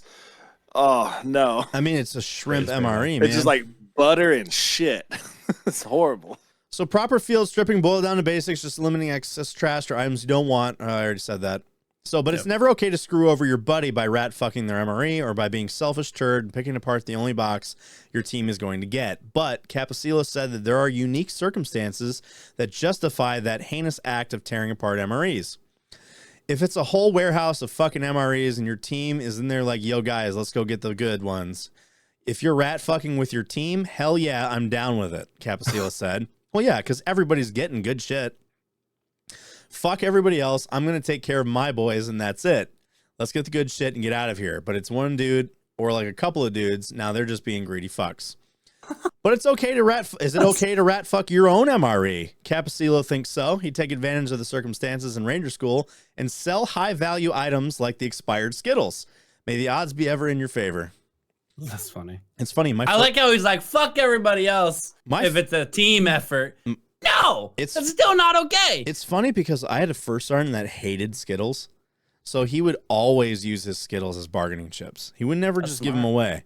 So he would often get the MREs that he hated because he knew that he liked the mains, but he hated the sides. So like he would get the MREs that people weren't going for because he did like the main, but the sides were the ones that people wanted, like the M&Ms, the Skittles, all that other shit. Here's a question for you guys. Were you guys the ones that would tear open the whole side and then like eat it from there, or would you rip off one corner and like squeeze it? Depending on what it was. Depended, but my thing is for the main course pack, I'd always do the side because to try and get your spoon all the way into the fucking bottom pain in the ass. That long ass fucking like 10-inch pack, whatever it was, you'd end up getting food all over your fucking glove or your hand or whatever. Later on, they changed the MREs to where they only all open the long way. So I never got any of the ones that open the top. So I would only ever take off. I would cut it. I would cut off the corner because if I looked at it, I was like, I'm not eating that shit. Because you're a super taster. Well, no, it's the look of it is never good. It doesn't look appealing, right? So when I see it, I'm like, that's not food. I'm not gonna eat. Dude, if you're hungry enough, if I don't visually see it, I can eat it better. You've obviously not been in an operational environment hungry enough to not give a shit. No, I have, but either way, it's also faster for me too. So I'll just tear off that corner and squeeze it all out. What were you gonna say, Oakley? So on my deployment in Iraq, all of our shit, like, so before you go out on mission and shit, you'd pick up like Rippets, fucking cases of water, Wild Tiger, snacks, food, water. All you need is Rippets. Wild Tiger. Yeah, if you went to like the local national shops that were on the fob and shit. But you'd pick up all that stuff, right? Well, in our instance, like in our case, our PSD platoon got first dibs on everything all the time. Wait, PSD platoon, what is that? It's personal security detail. So these were the guys that would go out with our sergeant major and our lieutenant colonel. Okay, just curious because PSD in the Navy is totally different acronym. Gotcha. So sometimes, man, like we'd go fucking weeks on mission without any Rip-It power, like the power flavor. We get like the Citrus X or whatever other bullshit. CYPX? Whatever it was. And, no, I know what you're talking about. The bullshit orange one, yes. I hated it, man. Like the powers was where it was at. Yeah. So the OG flavor. Yeah. It was like pomegranate. It was like a pomegranate flavor. Something the power, like that. Yeah. You're thinking of a different one, but I know what you're talking about. Go on. No, I'm pretty sure the Rip-It Power was a pomegranate flavor one. And so, because you had sugar-free, you had Citrus X, you had whatever other fucking shit. But, Stinger Mo. Yeah, man, they would like raid that shit, man. And we were just there to deal with what was left. And I got so fucking tired of eating blueberry fucking muffins and blueberry Pop-Tarts. Like, dude, like the smell of blueberries still can make me fucking feel queasy sometimes.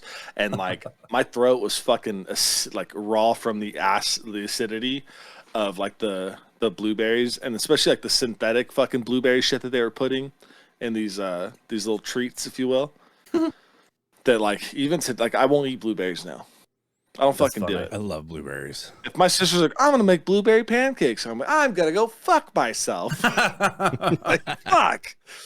I'm not eating breakfast. She's doing that intentionally. She's like, I don't want to have any fucking pancakes. Yeah. Dude, I love blueberries though. I do. It's like I completely recognize that they're good, but fuck, man, it ruined it for me. I mean, that's fair. It's like I like roses, right? I fucking hate the smell of roses now because all the fucking Iraqi really smell army like poo-poo? And Iraqi police officers, they don't have fucking running water. They're not taking showers every day. So to mask the BO, they were using this like rose oil perfume shit. And that's all you ever smell plus BO. So now it's like the smell of roses to me takes me back to smelling fucking ass. I bet I'm you like, damn fucking just love And I know that what you're Outkast thinking. song. I know what you're thinking, Doc. You're like, you don't like the smell of ass? You're gay. I wasn't thinking that, actually. That's a great point. No, Shut your mouth. I don't care if you're fucking straight, gay, or what. Yeah, honestly, gay people have No great one- smelling asses. What are you talking about? No one likes the smell of ass. Yeah, Yeah. the Navy. You've stuck your finger up a couple. Dude, the smell of unwashed Among other ass. things. Oh, yeah. The smell of unwashed ass is like a dead body. It has its own fucking flavor, and you always know what it is. It's got its own flavor. God damn. Dude, Yeah, like when you eat ass, you have to shower first. And you've got like a 5-minute window before it's ass again. Any secreting sweats start to, yeah. there was a dude. It's like you've got a 5-minute window before ass becomes ass again. There was a dude at my gym that smelled like ass, like unwashed poopy ass, and I was just like, dude, because I bet he's one of those people that smells like PT before PT. yeah, kind of. Well, the smell of PT is almost mildewy, whereas the The smell of PT, if you're in the right unit, is the smell of fucking vodka and whiskey from the night before. fuck yeah, dude. It's like Right. you're drunk from the alcohol. You're getting a gray contact fucking drunk. But like Yeah. no, like the smell of PT that I'm used to is just the wet sweat smell. The smell of ass is kind of like a dry shit smell, where it's like I don't even know how to explain it, but it just smells like ass, and you know it's ass that you're smelling. That's why I say that the It smells smell. like moist ass. That's why the smell what of I'm used ass to. and the smell of a dead body have their own flavor that you never forget it. You know exactly what it is when you smell it because it's like, that's ass. That's a fucking unwashed ass. I know that smell.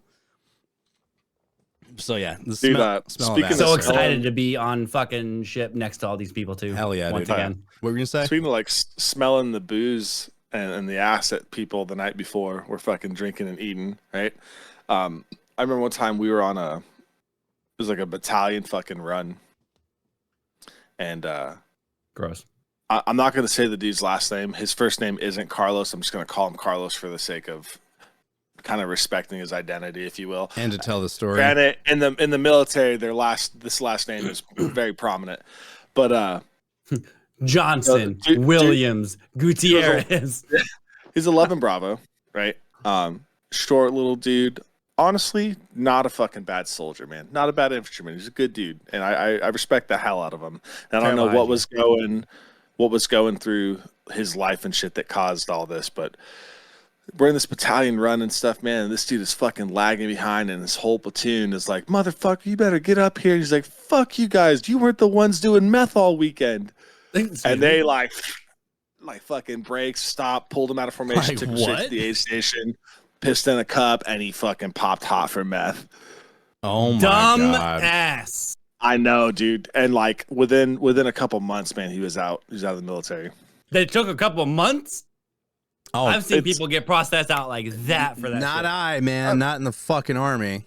Did I tell you about the dude that fucking so my Smoked old weed in front of the commander. so all the fisters kind of had like we all like the work together. fisters. Yeah, all the FOs that we all Yeah, work forward together. observers. So like the FSNCO for one company had this one dude who was just a piece of shit.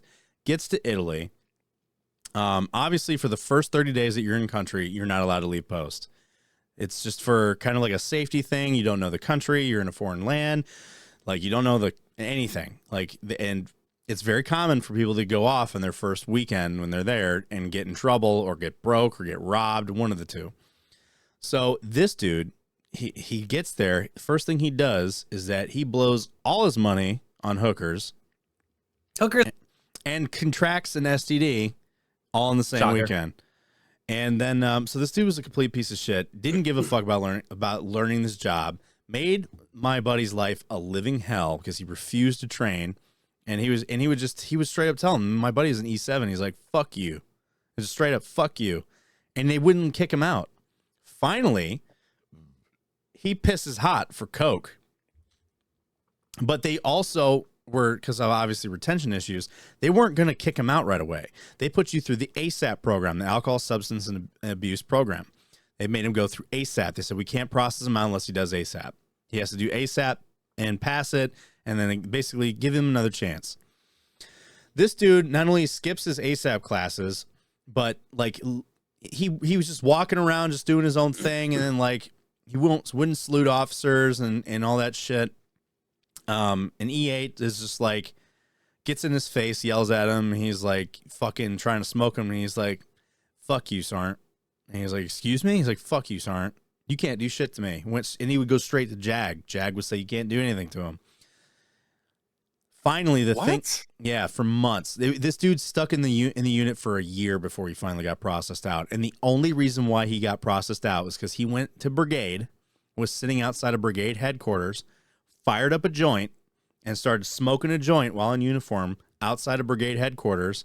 And the brigade commander and sergeant major walked up to him because they're coming in for work. And he's just like, and the commander's like, are you smoking weed? He's like, what's up, sir? And he just keeps smoking his weed, smoking a joint. And the brigade commander was just like, get this fucking dude out of the Army now. And then within weeks, he was gone. That's how hard it is to get kicked out of the fucking Army. You basically have to like murder somebody or something crazy to get kicked out. Like, depends on the unit and how bad they want you gone. It's all about how bad, like, and it's just like the whole thing. You pissed hot and they wouldn't let him. And then they got my buddy, almost 19 years in the Army, about to retire, pisses hot for coke in his last year, and they want to fucking dishonorably discharge him. And he had a whole career of completely clean record, no issues, but because like he rubbed someone the wrong way and was kind of like, the guy was going through some shit. Like he was going through some shit. Like, let's put it this way. This guy, you ever heard, like, Oakley, have you ever heard of... Still responsible for his actions, though. You know, you ever heard of Cop Keating? No. Yes. You know the movie The Outpost Mm-hmm. on Netflix? Have you seen it, Doc?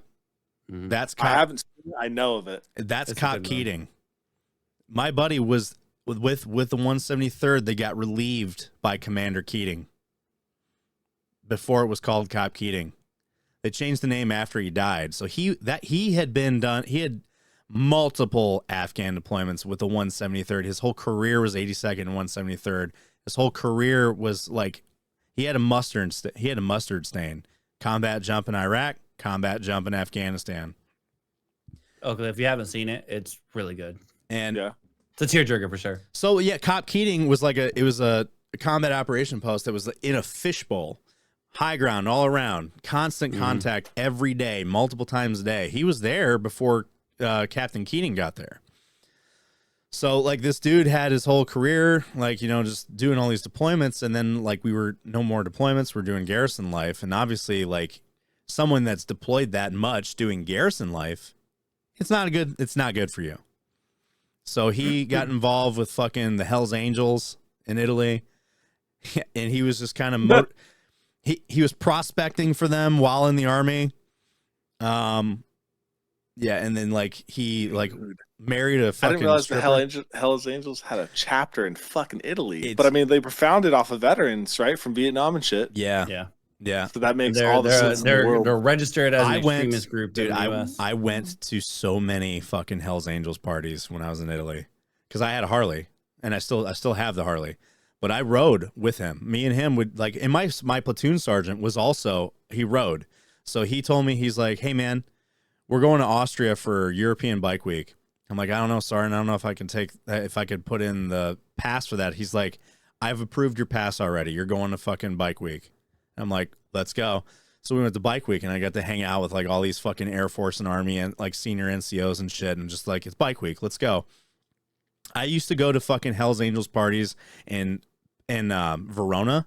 They have a clubhouse in Verona, which is Romeo and Juliet. Their clubhouse is a castle with a moat and everything. It's fucking wild. We would go to parties all the time. Their clubhouse was a strip club. So he was hanging out in the wrong crowd, but he went deep into that wrong crowd. And then he was prospecting, party night, pissed hot for coke. They wanted to dishonorably discharge him, but Jag was like, this dude has about 19 years of a clean, honorable career. You're not going to strip that from him because of one infraction. That would be bullshit. I'm glad that fucking Jag saw it fit to stand behind him like that, man. I don't think that one fuck up makes you a bad person unless it involves kids. Yeah, Like pretty much. I'm sorry, man, but it's just like it's like the once a cheater, always a cheater thing. If you're fucking at that level, bro, like there's just no fucking helping you. That's not true either. It's one of those things where it's that's just my opinion. It's like my outlook on it. I'd rather fucking kill you to prevent shit from happening to other people, you know? Like, yeah. The thing with like people getting in trouble with like that kind of shit, I don't think it's fair to kick them out because one, they could be going through something. You know, two, if it's not a pattern of behavior that's been shown up throughout their whole career, probably should look into it and not ruin the rest of their life for it, you know? Because good people do bad things. And like, you know, like it doesn't necessarily reflect their character for that one thing.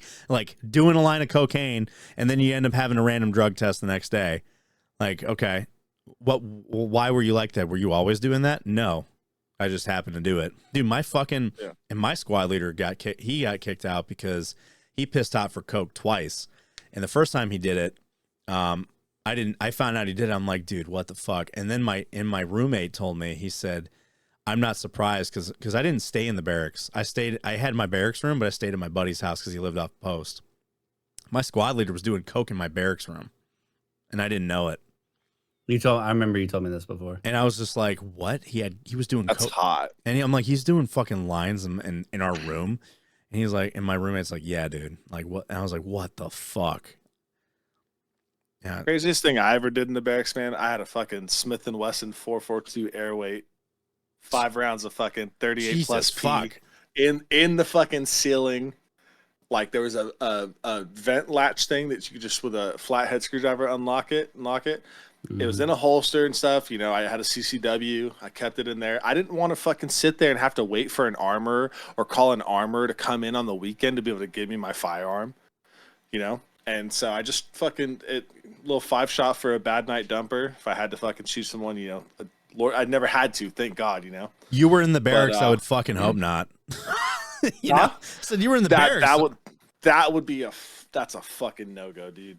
Like, that'd be all bad. You're like, hopefully, like, you know, in case I ever had to use it, I'm like, you're in the barracks, homie. Like, no, what the fuck it wasn't about in case I had to use it in the barracks. That was never a question. It just wouldn't fucking happen, you know. But you know, it would come into the question. You're talking about like, where are you keeping this firearm? Conceal carry, is why you had it though. You know, like So in most instances, like living on post and shit, like you got to register firearms with like the provost marshal.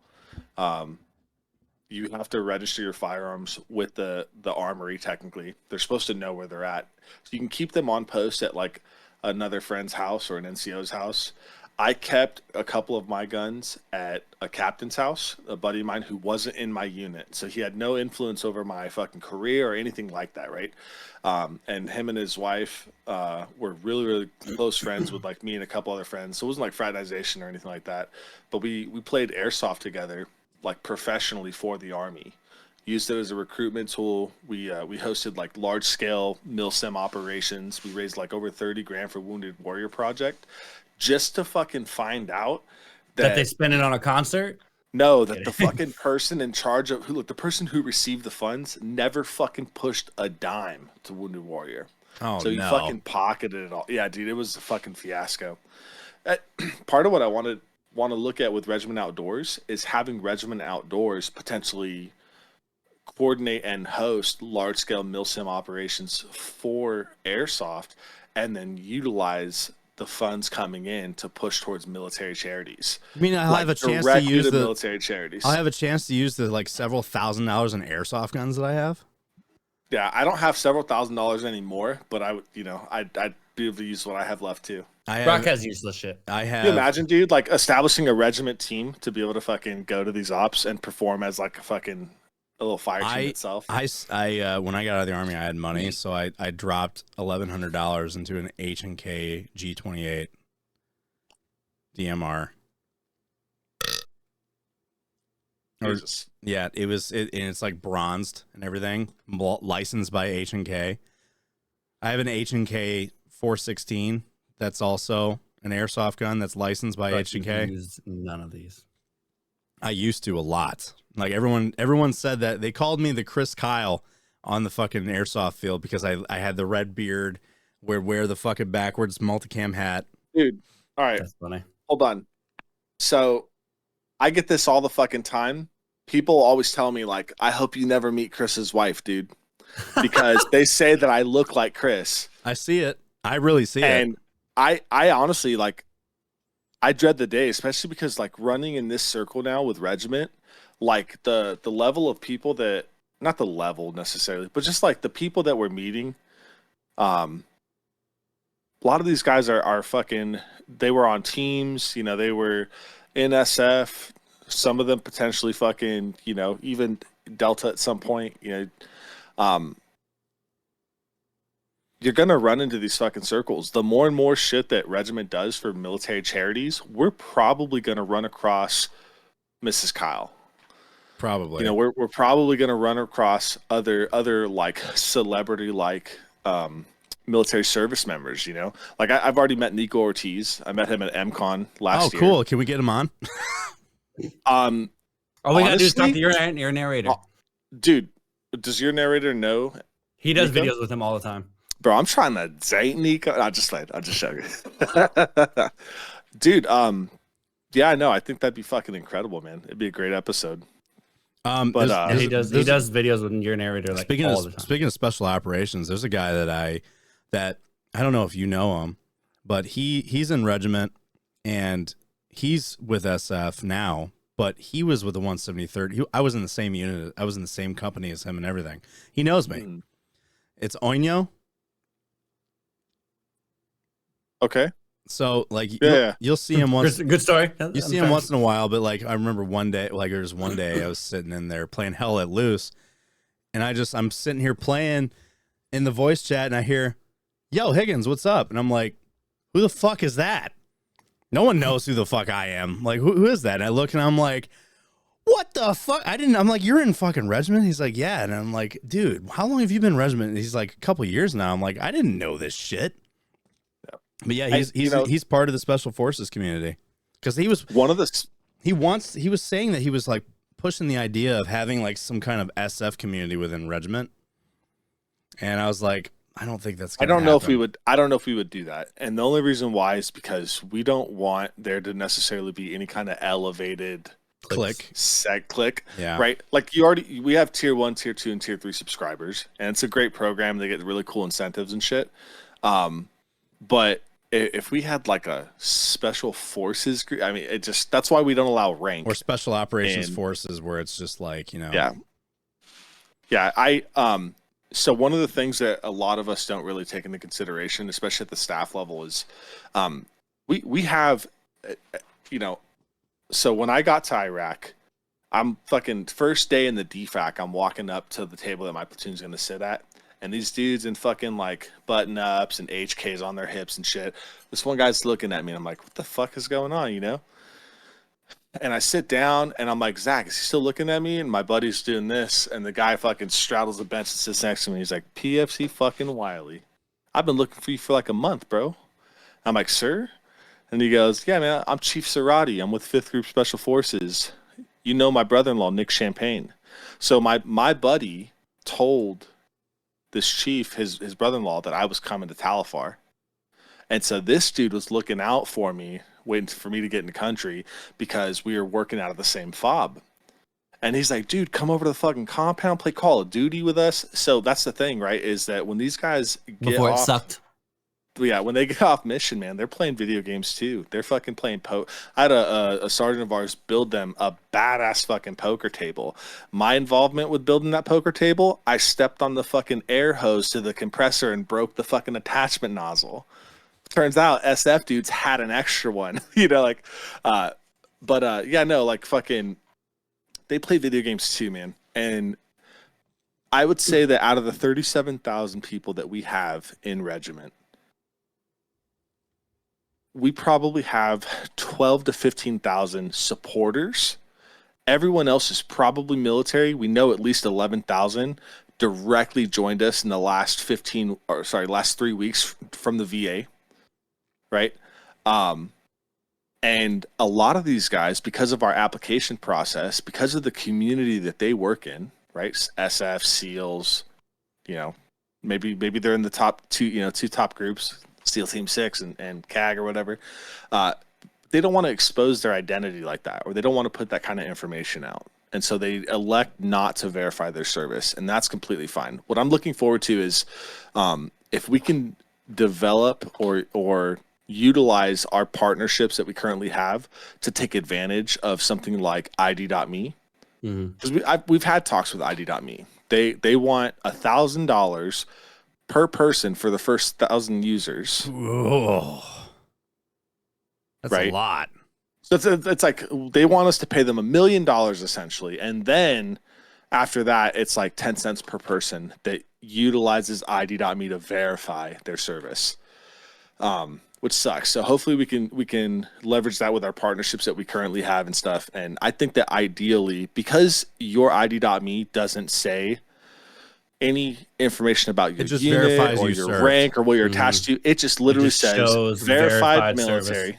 Yeah, and the branch, and that's fucking simple enough, That I know. Because I swear it's all hilarious to me. All the issues that we get where people are like, I don't want to send all my information, and they usually don't fucking read.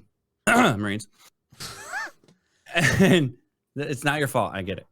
Sound it out, like Brock. Like they don't fucking read. They don't read. Or they can't read, and they're like, we've laid it out Barney style for you. You can use this method, this method, this method. Block out your fucking special information that is like nobody should really see. Well, but it shows like you and your Discord name, or just fucking use ID.me. Like it's that simple. So here's the caveat on that one, or not caveat, but here's the other side of that. So one of the biggest things that we are all taught is OPSEC, right? Yeah. Your personal information and all that stuff, don't give it out and stuff. And it makes sense because you have a lot of people that are coming in that are very new to this whole community thing.